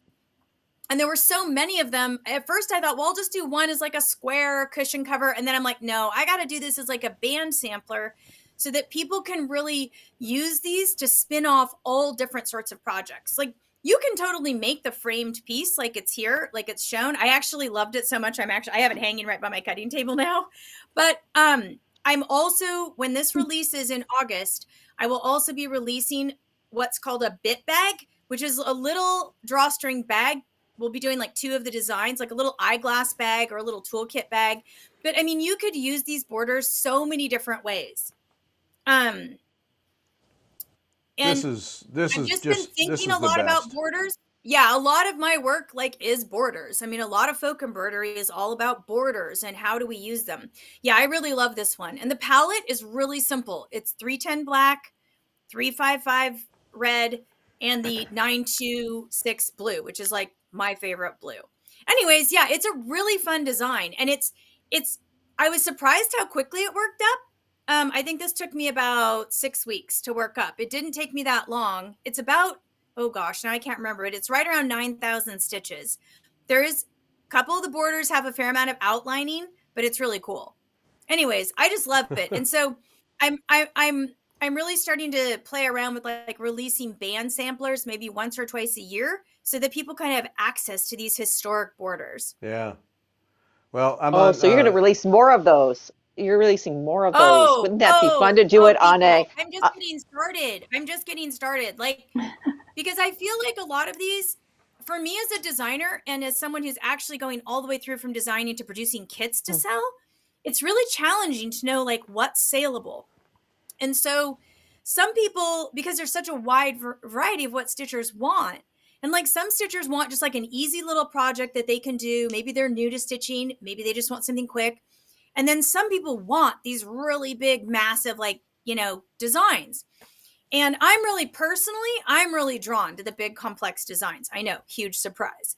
But so like right now on my design board, I think I'm looking at my design board right now, and 10 of my upcoming designs are like over 10,000 stitches. I love the complexity and the ornateness of those designs, but I feel like I need to release things like this too, where people can use a portion of it. Yep. And, you know, my patterns are not the cheapest out there. And so I really want my patterns to be like really beefy, really chewy, like really worth the money. So yeah. So that's this one. I'm pretty excited. I'm going to actually have this with me at the EGA National Seminar. I'm actually going to the seminar and I'll be part of their marketplace event on Friday night. Okay. All right. Put me on the list. I gotta, oh man, I gotta have this one. I know. It's just so compelling. And I love the like cross-pollination of the art forms, like using painted art and like translating it into textile art. It's just, I don't know. It just really works for me. So definitely more of this in my future. Regood Diamonds. And This Deb is a wanted new one that just released. This was very beautifully and kindly stitched by Cindy Russell. I just sort of like got this in the mail one day with a letter from Cindy basically being like, if you can use it. And I'm like, oh, yeah, we can use it. So we produced the kit. This has 248 yards of floss. Whoa. Not for the faint of heart, but very cool. Very cool design. Yes. Mm-hmm. Wow. All right. And then I don't know if I sent you any other, did I send you any other photos of what I'm doing with the Appletons? Because I can show you, I have the sample done. So if you guys put back to me, I just finished just a minute. The first sample. Hang on. Okay, there you go. Oh, there we go. Yep, there we go. So I just finished this 2 nights ago, and I've been posting on Instagram progress reports, but basically Appleton's Cruel Wools reached out to me, and they were like, hey, have you ever thought about using wool for cross-stitch designs? And I was like, no, I'd never thought about that. And so I started playing around with it on our 26 count Mikini. This is a new fabric that I've had for the last like 2 months. This is one from Greece. And it's big enough. The thing is with a 30 count or a 32 count, that it's a lot of wool to fit in that space. So I feel like the Cruel Wools, I know people do it on 30 and 32 count, but it's a little challenging. But I felt like the 26 count would be like perfect because you've got enough space for that wool to really plump up. This is so fun, and it's so, like, it just creates this texture that I can't really even, it won't, like, display very well in the video, but, like, it creates almost like velvet or, like, kind of like a carpet texture. Yeah. That's really neat, and you can see it kind of even on the back. Yep. And so I actually just got my first order of Appleton's wools in, and so I'm actually designing now both with DMC and with Appleton's wools. Mm-hmm. Look out. Here we go. So I'll be a seller of Appleton's wools. Yeah. Here we go. Okay. All right, Krista, Which is we're going to have be this fun thing. We're going to have to move on. Thanks so much. Okay. Oh, yeah, really it's nice so great stuff. to be here. Thanks for having me. Thanks for doing it. Okay. Thanks. Bye. Okay. Bye-bye. I love that one. Yes. Love it. There's Cindy. Let's see here. The Byzantine. I got this all. There's Cindy. The okay, one we got she Cindy just back. showed with the Appleton wools. Yeah. Love that. Oh, yeah. All right. That is beautiful. Kathy Ray. Yay. Oh. Hey there. How are you? Hi. Hi. Wow. Thanks for joining us. Oh, you're welcome. It's so exciting to be here. Yeah. And let me get caught up a little bit. Colleen Weiss wins the other Cycladian kit from Krista West. Colleen Weiss from Ann Arbor, Michigan. You win the other one, so that catches us up. Yes. Kathy, I was wondering yesterday Hey there. as we were putting this together, how long have you had your shop? 24 years at Yeah, the end of this previous March. yeah, Wow. that's amazing. Wow. Yeah. What made you start it? Yeah. Was it hobby and then into business? Yeah, I traveled a lot for my day job when I was in high tech, and so I would visit needlework shops everywhere. And I thought, at some point when I reached the age I'm at actually now, that, oh yeah, when I retire, I'd like to own a needlework store. And then I decided I didn't need to retire to do that. So I had a really good friend, well, still have a really good friend in CA Wells. And she said to me one day, she said, basically, why are you waiting? Why don't you do it now? And I said, because I have a full-time job that I actually like.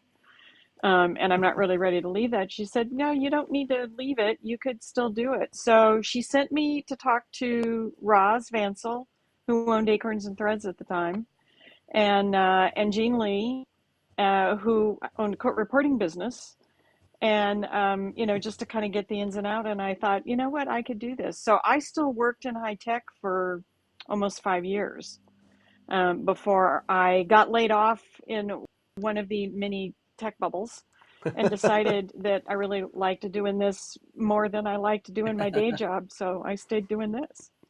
Well, it's hard to lay yourself off So, too. it's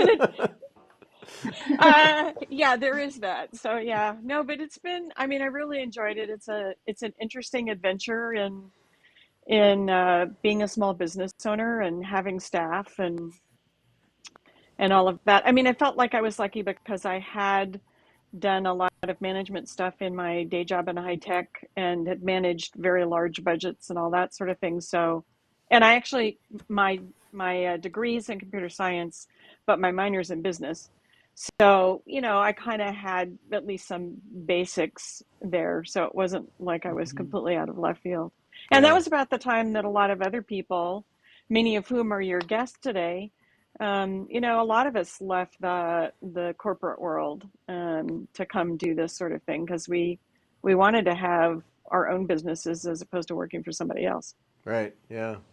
Well, and after all those years, the thing that I just admire is your enthusiasm is still, it's there all the time, and it's just so great to see. I mean, what you do and how you go about it is so fun, and the energy and what you bring to the hobby is just fantastic. So, yeah.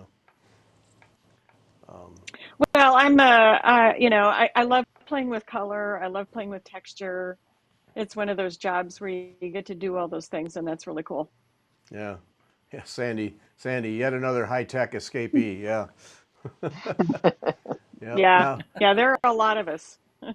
Now we've got this project coming up with Gayanne Rogers that it's kind of a mystery project. And needlestack.com, Needle in a Haystack is Kathy Ray. Needlestack.com. Go to our live shows. We've done half dozen or so Thread Talk shows where No, Kathy more than that. I think it's like 8. It's Is eight or it 9 8? now. I've lost track. It's either 8 or 9. I've lost track. Yeah, just terrific discussions with Kathy about threads and what you can do with them and how they work. You'll learn a lot. They're in the live video show section on YouTube. But yeah, really good stuff. And we'll have more of those coming up in the coming months. But we're doing this with Kathy and Gayanne Rogers. This is kind of it's Saint-Tropez is the design that Gayanne Rogers has put together. And you'll be able to get here in the next couple of weeks, you'll be able to get the kit from Gayanne Rogers. Here's 2 options. And you see that the outer quadrants, you'll see that the center is the same, and then the outer quadrants are different. And so Gayanne has put together different options. So this is a way to start, everybody starts the same, and then how you finish the outer quadrants is what changes. And these are not big pieces, like 7 inches square, I think, something like that. And then you'll be able to get thread kits from Kathy. And what would you put together? This is going to get honed down, but you Yeah, went crazy. I did. I pulled colored canvases because I thought, well, I don't want to just start with white or the eggshell. So I pulled like 6 or 7 color canvases because we carry all this Wag Art stuff, and then just kind of went crazy pulling colors. So I think by the time I was done, I ended up with like 32 or 33 different colorways. Some of them are kind of close, and there's like only a minor difference between some of them, but some of them are just like really wildly different. And I kind of wanted to do things that were a bit outside of what you might think of, like particularly like with the yellow, and then I have the red one. I also picked colorways to go on the orange canvas, which is not a canvas a lot of people use. So I need to winnow the list down to probably maybe 9 or 10 of them. In part because, getting supplies these days is always an interesting challenge. So, but yeah, I just had fun I would take the canvas, I'd go find colors that match the canvas, because that's one of the features of this. And then I would just go stand in front of my wall of watercolors and pull things I thought would be interesting. And when I found things that looked interesting, then went and pulled stuff out of the Kreinik drawers or the treasure braid, and then when looked at the silks to find sort of the thing that got added to it for a bit of pop. So it was fun. I mean, it's part of what I like doing in the shop, is being able to do this sort of thing where you play with color, you play with texture, you get something that's going to be, even if you make like just one thread change, it can change completely what the piece looks like. Right. Oh, this is going to be so much fun. Yes. Yeah. It'll And be as you can interesting to tell, see I the picked a lot of orange. Are you going to colors. do? I picked a lot of, oh yeah, there's a really interesting orange one. Yeah. Yeah, I didn't put that in the group here, but yeah, so you can start to see Yeah, how. well, and I like the idea that you could do it on something that was a different color canvas and have the color of the canvas be an element of the design as well as the thread colors. And I think a lot of times, I mean, certainly people like Debbie Rowley uses color of the canvas a lot to enhance the texture of it as well, because that's just even a part of it. Yeah. So like on a couple of these, so if you go back to the aqua one, yeah, that one. So if you look at the 2 right-hand photos, most of it's the same. What's different is the Kreinik colors, is the metallic colors. So it looks different whether there's teal or as the metallic, or whether there's, a purple as the metallic. So you can just kind of change up 1 or 2 things. And like the 2 top on the left, the difference is the color of Soie d'Alger. Yeah. One's kind of more of that reddish tone that's in that particular color of watercolor, and the other one's more pinky. So, you can make a minor change to something and still have it make a pretty significant impact. Yep. This is going to be so much fun. This will start the 22nd. Is that the Wednesday? The day after summer solstice, Yeah. the 22nd. Yeah. Yeah, that was it. Mm-hmm. Right. So we'll have Gay Ann on in some form or other, and we'll have these color combinations sorted down by then. And Gay Ann's going to start a pre-sale. On the charts, but we'll have it all sorted out. So there'll be more information coming up, and then there'll be several shows that we'll do as we work our way through this, because it really is a way to learn about color and then to experience changing a design to make it more yours. So Okay, and then there's a question here. So they were asking what size stitch count for the fabric, but it is on canvas on 18 count, yep, correct? 18, It's on right. 8. Yeah, this is 18 count canvas. Yeah.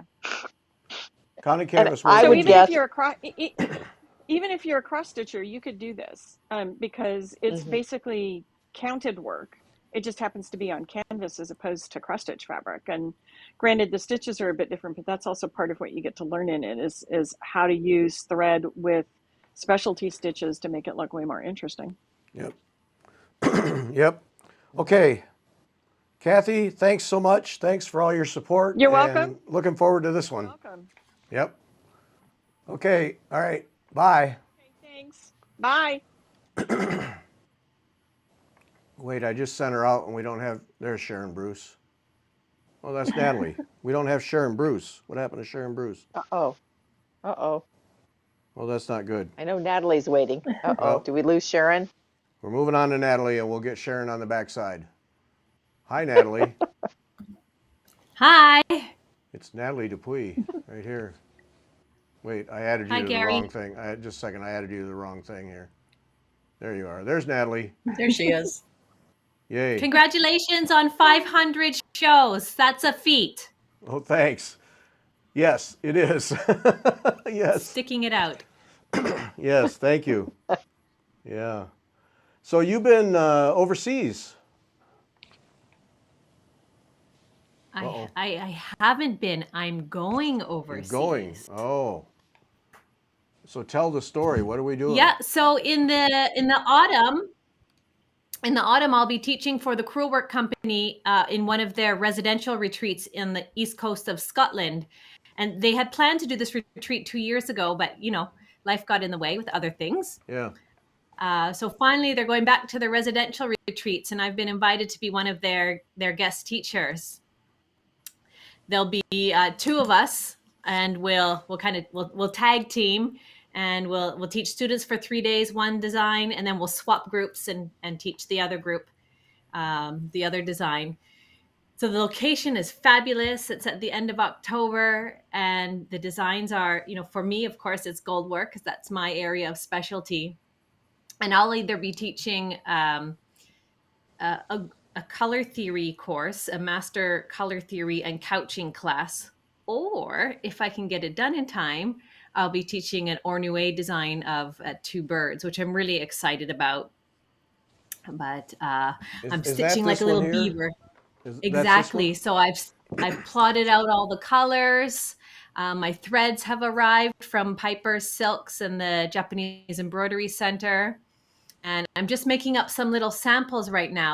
So those two birds are based on a piaciature, which is an Italian technique of stone inlay that perhaps some people are familiar with. So there are two birds taken from one of these inlays. And it's a very interesting design because it actually has a black background. So it was probably like onyx or jet. So I'm trying to decide if I should use black passing or gold passing. The gold would be traditional. You see the black there. But, in Ornue, gold would be traditional to use. But black passing would be kind of cool too. So I'm doing some little samples right now to see what would look nice and what to do about that insect down there. I'm so glad you sent this because it to see how this gets put together is so interesting with you just a drawing and then figuring out the colors. Yeah, exactly. But then, you've got your ideas for the colors, but you actually have to do little samples and test it out to see how do they all work together as a whole. And what in my head, I'm saying this has to be done on gold, with a lot of black couching thread. But then I just finished the black sample. I said, oh, well, maybe not. Maybe I'm going to go a bit rogue on the, move away from the traditional threads, which would be gold passing and do black passing. Yeah. And while I'm there, sorry, what were you going to say, Gary? This is watercolor here that you paint to get a sense? No. So that is a picture of a panel done in pieces of stone in the Italian technique of piaciatura. And, so there's some malachite there in the head of the bird and, other stones. You can see I've kind of labeled what I think the stones are. Alabaster, some lapis lazuli for the blue, the labradite. So I'm taking inspiration for the design from that piece, which was in one of the castles or country houses that the Cruel Work Company has an association with, because the theme for their festival next year is castles and country houses.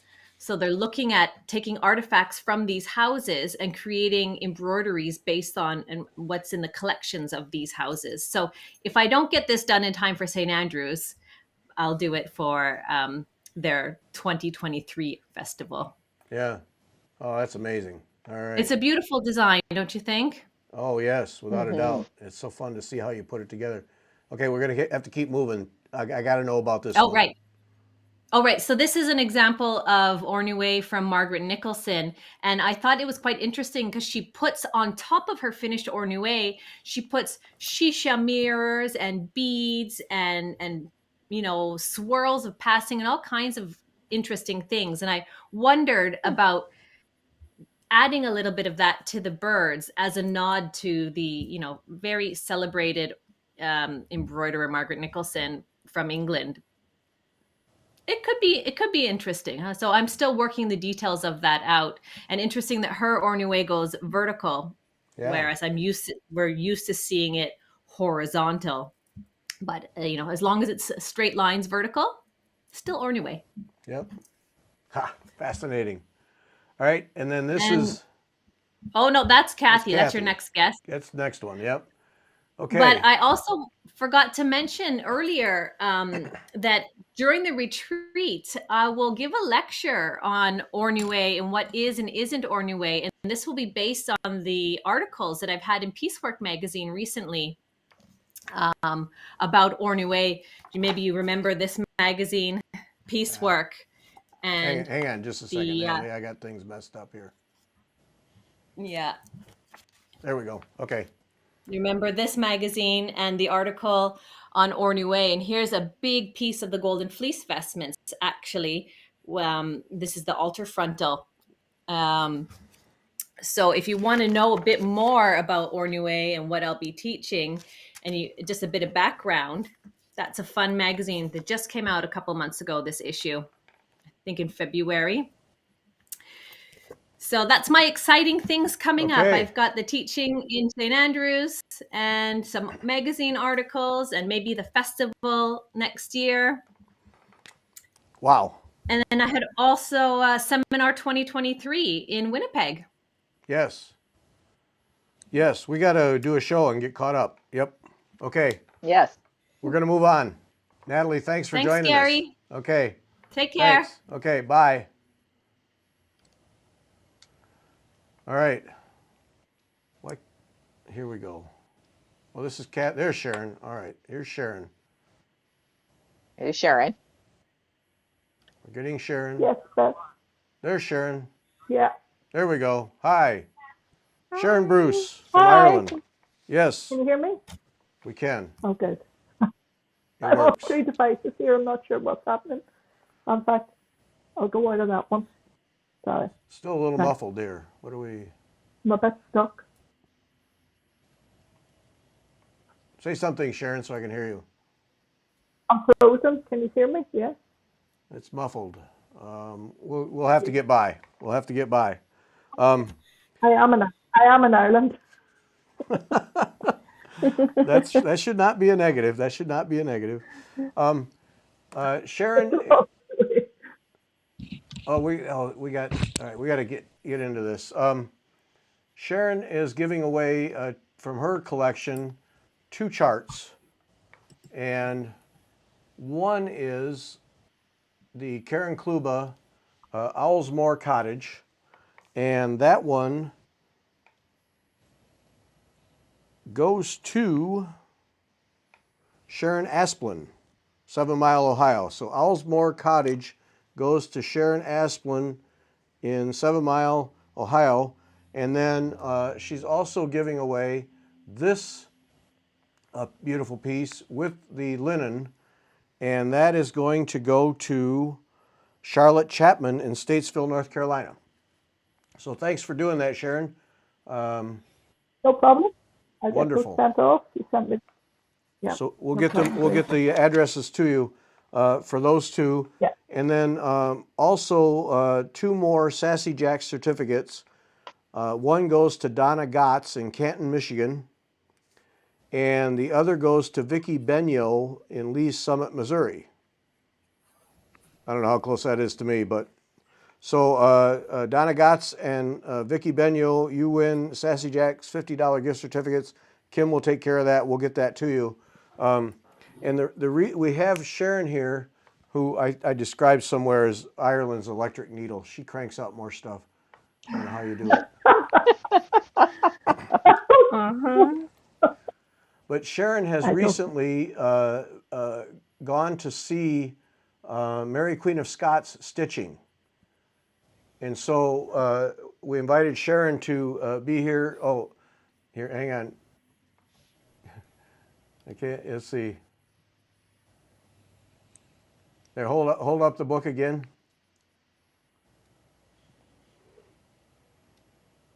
Yes, Embroidering Her Truth. We talked with Claire Hunter. Yeah, fabulous, absolutely fabulous. I'm only really getting into the book now. I'm only sort of starting to get into it, but having been to Edinburgh a few weeks ago, and visited the Palace of Holyrood House, and actually got to see this, and it was under glass, but I mean it was fantastic, really amazing. Now, see that one there. I know you've probably read it in the book anyway, Gary, but they say that she stitched that when she was in captivity with Queen Elizabeth I. And the significance is that Queen Elizabeth is the cat and Mary was the mouse. Yep. And, yeah, because, well, Queen Elizabeth I had red hair, so this ginger cat, in other words, was keeping her captive and holding her there. So yeah, it was absolutely fantastic to see that. Really, it was actually the whole place was unbelievable. And if anybody ever goes to Edinburgh, I would thoroughly recommend that you visit there. I'm actually a bit embarrassed that I don't know more about Mary Queen of Scots, because I mean, she was Mary Stuart, I was Stuart, and I'm married to a Bruce, so we've got an awful lot of Scottish connections. But I'm finding out more about her. I'm very, very interested in her now, and I'm finding out more about her. So I actually read a quote today, just now when you're here. And this happened when she was in captivity, and it was from a guy called Nicholas White. He was envoy of Elizabeth I, and he reported a conversation with Mary, and he said, "I asked her Grace, since the weather did cut off all exercises abroad, how she passed the time within. She said that all the day she wrought with her needle, and that the diversity of the colours made the work seem less tedious, and continued so long at it, till very pain did make her to give over." So that's how she got through it, was stitching in her embroidery. So yeah, that's the one that's the cipher of Elizabeth Talbot, who was also known as Bess of Hardwick. She was held captive in England by the Earl of Shrewsbury, and it was his wife Bess that she did some needlework with, and that's her cipher. It's amazing work. She did that. Unbelievable, and great to see. Great. There's a picture in the book as well, and I just put a bookmark. I don't know if you can see it. Well, hang on. I'll put this back up. Hang on.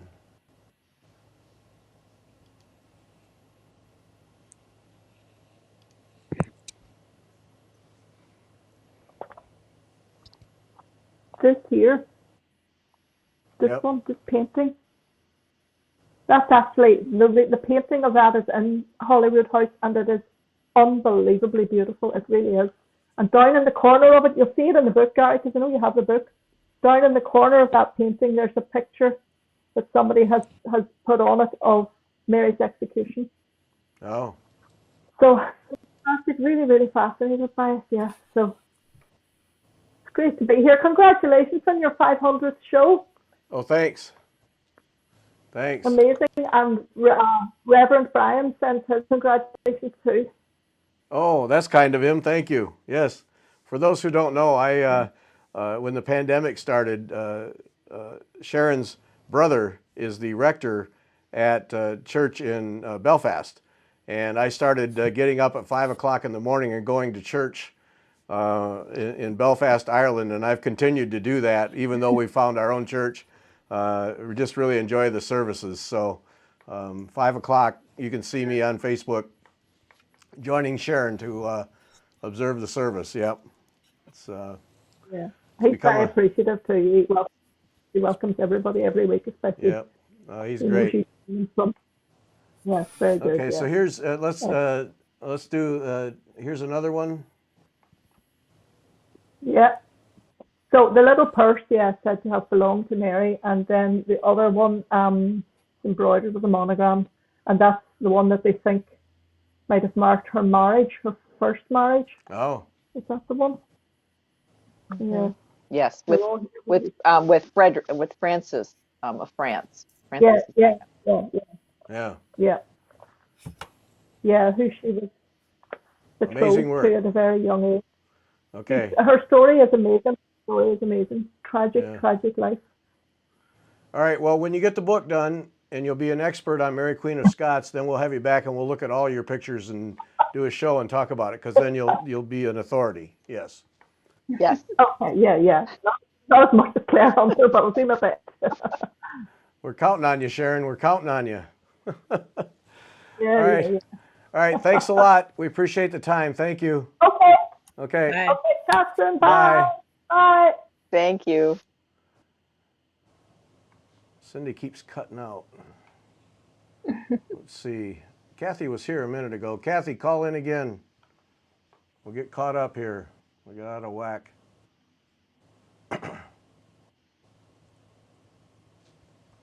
Waiting on Kathy. So, okay, so that's amazing.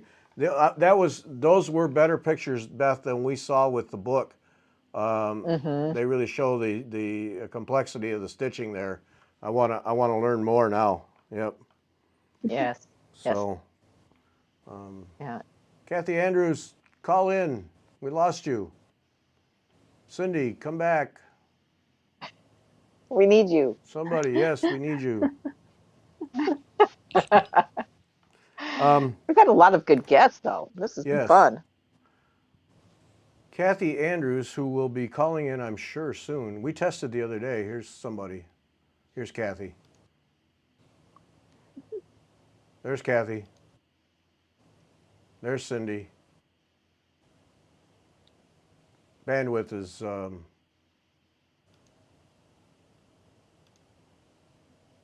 There's Kathy. Hi, Kathy. Can't hear you. Can't hear you.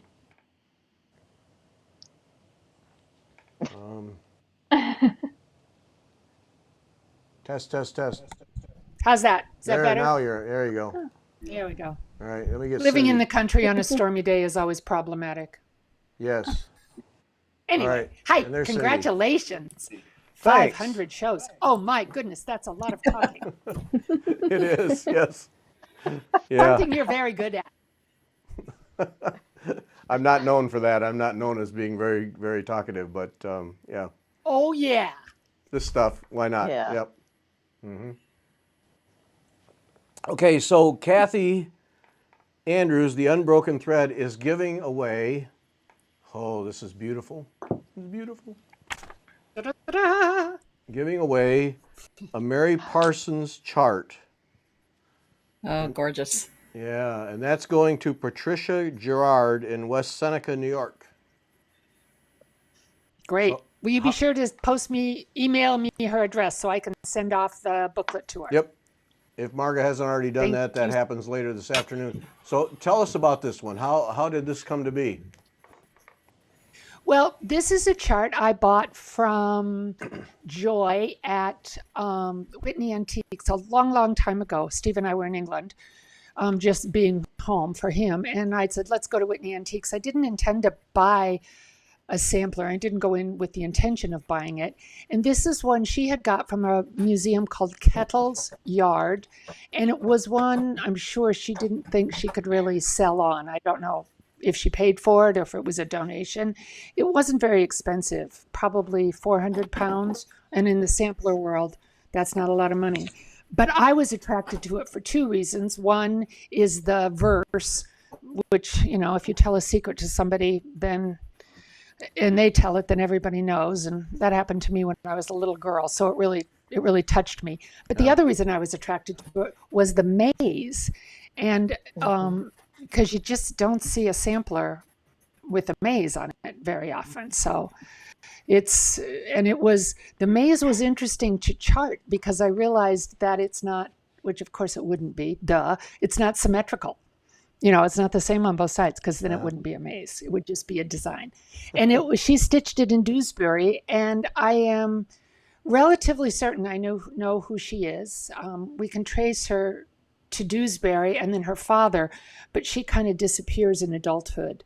But that happens a lot. So this is the sampler chart that I'm giving away. I have a friend who wanted to stitch it, who's in my EGA chapter. So I charted it for her, and she stitched it and, got out all the mistakes, I hope. And then I stitched it, but I stitched it on even weave linen, and the original is on an uneven weave. So mine looks a lot more, more modern, more prim and proper. So I would recommend that you do it on uneven weave. So. Okay. But so that's that story. It's the first one I charted. So go on to the other pictures I sent you. Yes. Please. Well, so about 10 weeks ago, I fell and broke my wrist. So, of course, I couldn't stitch. And that was torture.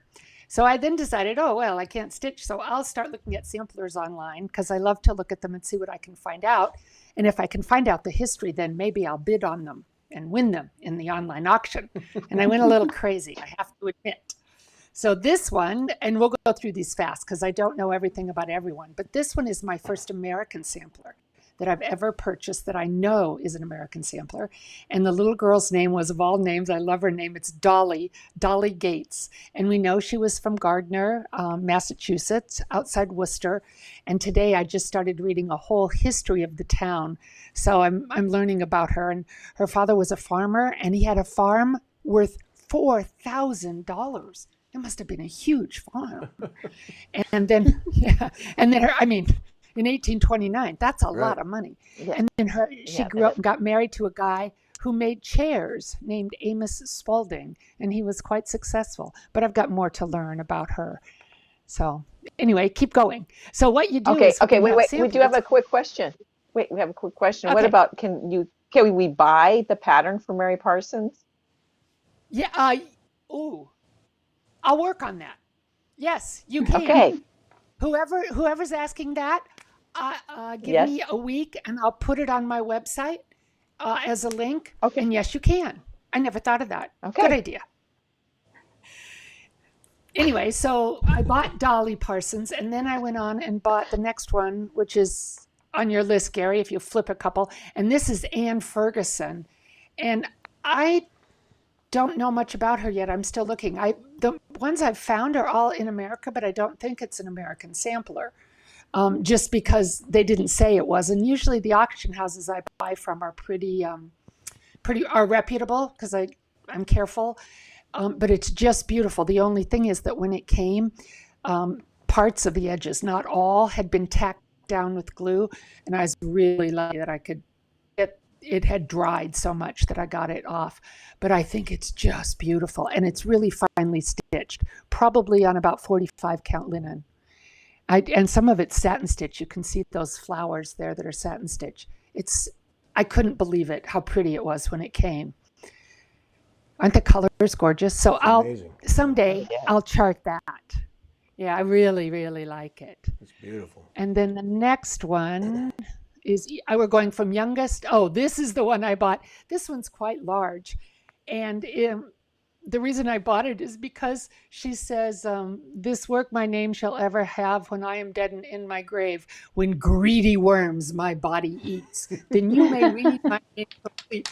I had to have it because I just think, I can see this little 11-year-old or however old she is stitching it thinking, worms will eat my body. Nya, nya. So I like that one. And it's, it's not a fine, beautiful, fancy sampler. It's pretty typical schoolgirl sampler, but the part about the worms cracked me up. Yep, gotta have that. So keep going. Yeah, I know. Oh, but it has cute little birds on it. Look at those birds. I know. It has cute birds on, and the carnations. I love those little flowers too. Yeah, so do I. And it's got moss. I think it's a fun sampler. Yes. Me too. And the butterflies, these giant butterflies that look like they're dive bombing the birds under them. I know. And little girls are so funny.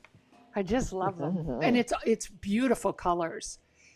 It's mainly reds and pinks and browns, but the red is really vibrant. And believe it or not, I bought that from an auction house here in Iowa called Jackson. Wow. And they're a huge auction house that I didn't know anything about. So I could drive over and pick it up, which was pretty nifty. It's all because right. usually you have to pay shipping. Yeah. Then the next one is by a girl named Anne Hyde. And this one's super sad because if you can look at the bottom, scroll to the bottom of the sampler, Oops. you see, Ah. oh, well, that wasn't useful, but that's okay. She stitched it, and then later somebody went in and I think it's that one, yes. No, one before. Other way, there you go. Somebody went in and stitched in black thread because she died like 10 years after she finished it, which is super sad, Oh, you know. wow. So it's on the bottom under her name. There's black thread, and it said, but it's really pretty.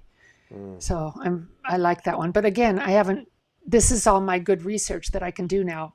When my arm gets tired, as I'm recovering, I can go online and go down those rabbit holes. Then go to the next one because this one is so cool. It has giant parrots on it. I love that parrot in the middle. You having trouble there, Gare? Oh, yeah. Just a That little, parrot in just the a little. middle. And look at those deer. Those deer are like, we're out of here, man. That parrot is going to attack. Just love it. And I like the vases on either side. The vases Yeah. up above the deer. Oh, those are Are gorgeous. just pretty. And the colors are just stunning. They're so vibrant. Miss Louisa Russell in 1809. Okay, go one more. Please, because I don't want to run out of time. Oh. This one is from 1723-24 by a girl named Anne Thruxton, and the person who bought it before me bought it from a shop in London, and it came with a provenance of that. And I found Anne Thruxton, but look at that. Is that just gorgeous? Oh, Colors yes. are electric. I love it. I don't know how I'd ever are you charting chart it. that one? Oh, chart Not it. today. Chart it, please. I will, but it'll take a long time. And then the last one, this one's the oldest, but the last one is. No, we want to drool over this one a minute. Then we want to look at this one more. Wait, I want to look. Can you go in close to those yellow flowers, Gary? What yellow flowers? Yeah, those right there. Oh, I know. Are they those satin? beautiful? And it's little. It's not very big. It's only about 7 inches wide. You know, it's just gorgeous. And oh, wow. And do you see how it says 17234? That means she finished it 1723-24, but I don't understand, and I have to learn about why she did the date that way. It's interesting. Got her little crowns. Man, this is so some this of is you. the crown jewel of the bunch right here. Wow. Oh, for sure. Yeah, it is. And those, it really is. And the colors she used above the yellow band, those colors and those flowers above are just, wow. Yep. And you might notice on this one, we were talking about alphabets last time. If you look at the big alphabet that's in this sort of brownie rose color, it goes GHIKL. You notice there's no J? Yep. And there's no U. And I did a whole talk about this in one of my sampler lectures about alphabets. And at some point, I'll write an article for Gary's new online magazine about alphabets, because it is super interesting. And the last one is the most amazing. What do you see in the middle? Maze. Same. These are the only two I've ever seen with mazes in it. That's pretty rare? Well, as far as I know, there's 4. So I gave my lecture to the Northwest EGA region, and a woman, you might have heard of her, Lynn Anderson, who runs the Sampler Consortium, heard my lecture, and she saw Mary Parsons with the maze. And about a day later, I get an email from her saying, the Sampler Consortium has a donated sampler that has a maze in it. Would you like a picture? I said, yeah. And this was done by a little girl named Martha Sharp in 1741. Mine was done in 1780. There's another one done in 1785 that's in a museum in Kirklees, and another one done in 1795, and another one done in 1798 that's in private ownership by a man and his wife who aren't into samplers, but they're into labyrinths and mazes. And I discovered that one after I got Mary Parsons. So Lynn wrote to me and said, are you interested in buying this sampler? And I said, yes, absolutely. And so the money that I paid for the sampler, it has gone directly to the consortium to help them. I think it's to help set up part of the website, because she's working really hard on getting all the information she can about samplers in one place. And this sampler it's tiny. I have it here in front of me. It's probably 6 inches wide. Here, And it's so. hang on, let's have a look So at that. I want to Hang go on. back to my picture. I don't know, can you see how little it is? Just a minute. Look how Just a minute. that's the frame. Hang on. That's all right. I mean, oh, you having trouble there? Okay, and there you go. Bandwidth is See, I'm really trying- slow here. there. Okay. Yeah, there. I'm sorry, I can't fix that. So you see, it's very small. Yeah. So I'm not very good at CAD work like you guys are. I screw up a lot. But boy, do I love the history of sampler. So Yeah. I feel real lucky to have these to share. So when you and Beth finally come, we can look at them all. Okay. well, and I've got a question for you. I mean, it seems like I went someplace and mazes were kind of part of I want to say it was a cult, but it was like a commune where you did a maze as part of the kind of meditative religious experience. I have to ask my You're husband right. about that. No, you're right, Beth. The monks, Christian Catholic monks, would have mazes in their abbeys to walk through as a way to contemplate and meditate. So you're right. I don't know if it exists in other religious practices, but it for sure exists that way. All right. And then Barbara Hudson had a comment. She said, Anne Thruckstone may have been in a class with Dorcas Haynes. See the Fitzwilliams Museum collection. That was from Barbara Hudson. A comment. So. Okay. You mean they may have had this sampler in a class that Dorcas Haynes I don't taught? know. Okay, I'll look. Or I've is got the book on the Dorcas- Fitzwilliam collection. Okay. Yeah. So Just another rabbit hole, you know. someplace else to look. Another day. That's what you do when you break your wrist. Yep. I can see why you went crazy buying samplers. I would have too. Yeah. Yeah. Yep. All right. Yeah. And then talk about your lecture here. Oh, yes. Now, this is with the EGA, and I'm going to be talking about the Trevelyan Miscellany, which was, he finished it in 1608. It was a document that he hand wrote. He didn't publish it. A miscellany wasn't a published document. And I'm going to talk in detail about the miscellany and what miscellanies are, what kind of personal document it is. And then we'll look at the embroidery patterns in the miscellany and refer to extant pieces of both Elizabethan and reproduction embroidery and how we as modern embroiderers are still using or could use those patterns. So it's put on by the EGA, and you have to sign up on the EGA website. And sadly, they have a limited number of places available due to the limit on their Zoom account. And so not everybody will get to hear it. I've signed up for every lecture that's been offered, and my name has never been drawn for the lottery. So hopefully, if you want to hear it, you can hear that EGA lecture. And if you don't get in, contact me, because I do similar lectures online for chapters and regional groups. Excellent. All right. So thanks, Gary. Kathy, thanks. That was fun. Good. Thank you. Now we have samplers to look forward to. Yay. Sorry about the slow bandwidth. No, it's on. I think it's just that we got so many things going on. It's finally caught up with us. So it's not you. Probably. Not Well, you. I'm going to go back and watch the rest of the show. Okay. All right. Talk to you later. Bye. Bye. All right. Now we got to get Cindy is bouncing in and out of here. Right. It's super windy here. Oh, you know, okay. I'm sure she's having issues. Yep. Cindy, try again. It didn't work. Well, now we lost Beth. How did we lose Beth? Oh no. Okay, so Mary Parsons, that chart, Patricia Gerard, you win that. Kathy will send that to you. And then as we get people back, because I want to talk about cyber pointers. All right. Hi, Beth. I think that was me, or was that you? It was you, because it Yeah. said try reconnecting. Yeah, I zapped you when I thought I was zapping Cindy's bad connection. So try again, Cindy, please, because I want to talk about cyber pointers. All right.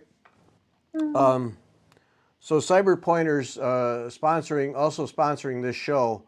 And Barbara Hudson says the sampler makers may have gone to the same school. See, this is what's so cool about samplers. Mm-hmm. Yeah, is And I all love that. those mazes. Those are so Yeah, cool. I didn't know that stuff Yeah, existed. those were Yeah, neat. yeah. Yeah. So Oh, she's trying to connect. So. is she trying to connect?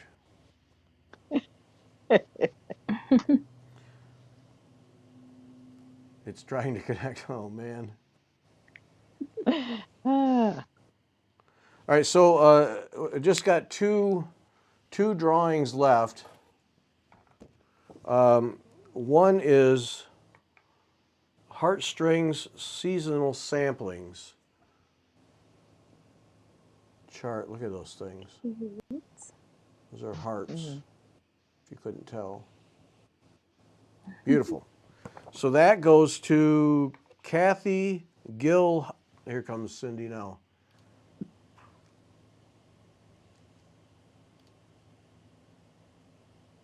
Sorry, folks. We are really testing the limits of everything here today with all these people. Cindy's in, but it's just a black screen. We're not getting an image. Kathy Gill Hopple of Somerville, South Carolina. You get this one, this chart. So coming to you on Tuesday, it will go in the mail. We got to get Cindy. I want people to know about. Oh, there you are. Okay, so cyber pointer. Before you fall out again, because let's talk about cyber pointers now. This is an A&G online chapter, but you guys have grown a lot, right? Uh-oh. Can you hear me? No. You there? Yeah. It's all broken up. No. Yeah. I'm not getting anything. No. Let me retry. Okay.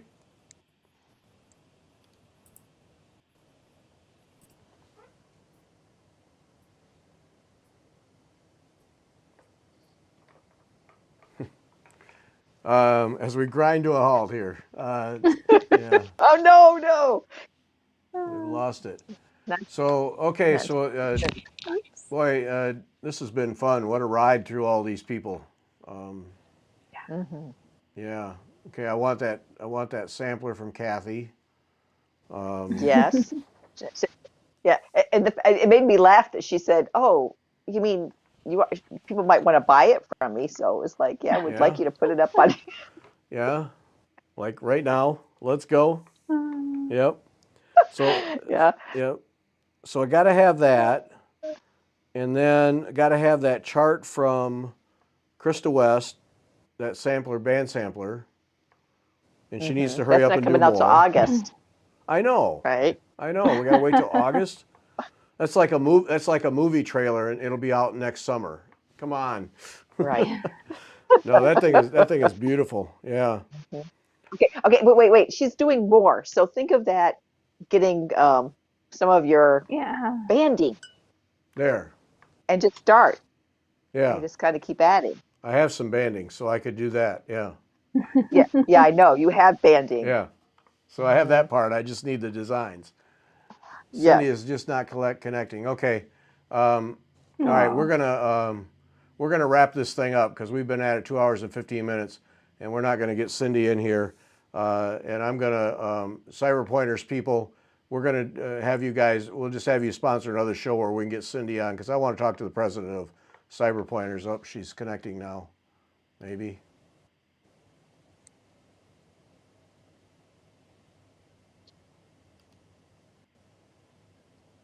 Yes. No. In the green room.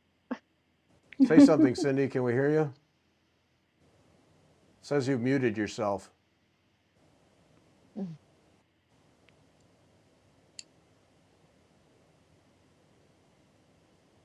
No, not going to happen. So anyway, Cyber Pointers is an A&G online chapter, and it's, Cindy and I have talked about this before, but they have all kinds of projects going all the time. They're growing rapidly, and it's a way. Here's Cindy again, I hope.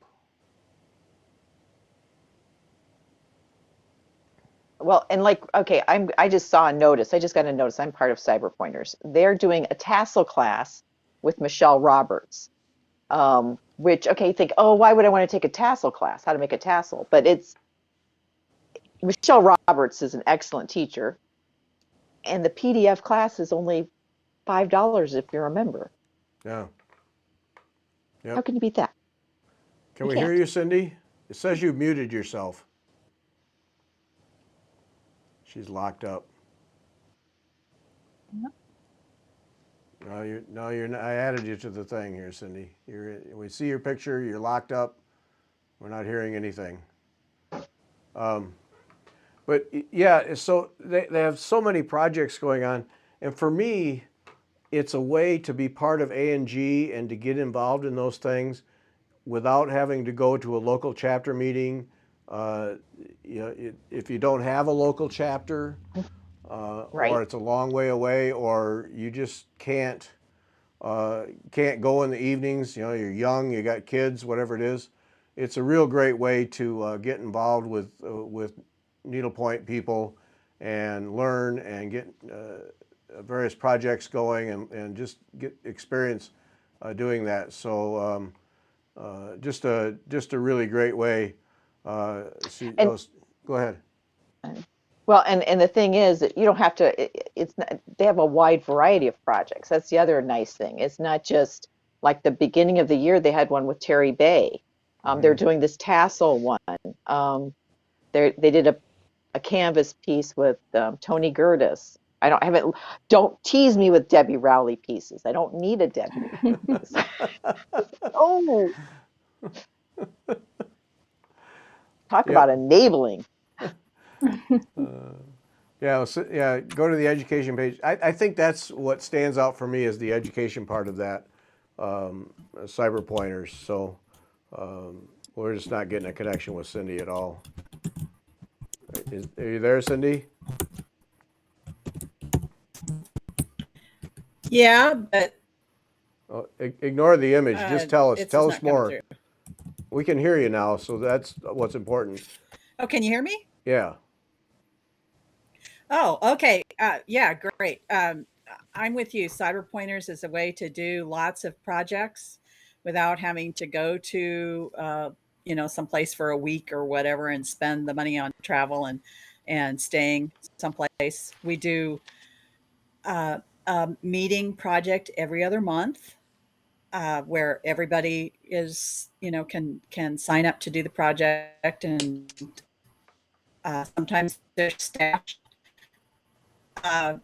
stash projects, so where you just get the pattern, you can use whatever's in your stash to stitch them. And sometimes it's like the elephant, where you get a full kit and actually work through the project the way the designer designed it.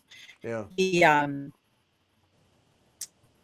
costs are subsidized to some extent by Cyber Pointers for whether it's a workshop or a program or a summer work. So it brings costs down a little bit. We have about 650 members now. So you're breaking up. So 650 members? You're breaking up again. Yes. Yeah, we can't win. All right. I think we're not going to battle this. Stay on, but I think we're just not going to battle this. We'll do another show where we can talk more about Cyber Pointers, because people need to know about this, and we need to give more detail. But when the wind isn't howling out in the plains there, we'll get a better connection. So, okay, we're going to wrap up. Thanks so much to everybody for joining us this afternoon, and for all those people who watch after the fact. It's in the YouTube channel.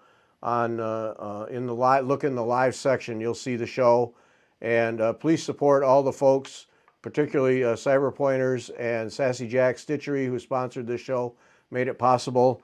Oh, I got 2 more Sassy Jack certificates here.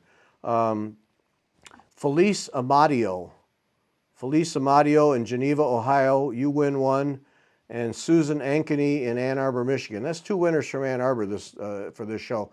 So Susan Ankeny and Felice Amadio, Kim will be in touch with you to get you your gift certificates so you can, it's really a nice starter kit for a Sassy Jack's shopping trip, you know. It kind of gets you off and running, you know. You can go from there. Right. Yeah. All right, I think we're going to be done. Thanks for helping us celebrate the 50 years or 500 shows, 50 years, I don't know, 500 shows. Thanks to all you guys for all you do that make this happen. Now we're going to take a week off here. Going to have a break for a week, so there are no shows on Wednesday or next Sunday. Then we'll be back the following Wednesday. We'll talk about the Gay Ann Rogers project with Kathy Ray and Gay Ann and get that lined up, and we'll be underway again. So thanks to everybody. Thanks, Beth and Jennifer and Cindy. And thanks to all of you folks who have been so supportive through the years and all the shows. And we're out of here. Bye. Bye. Thank you, Gary. Bye.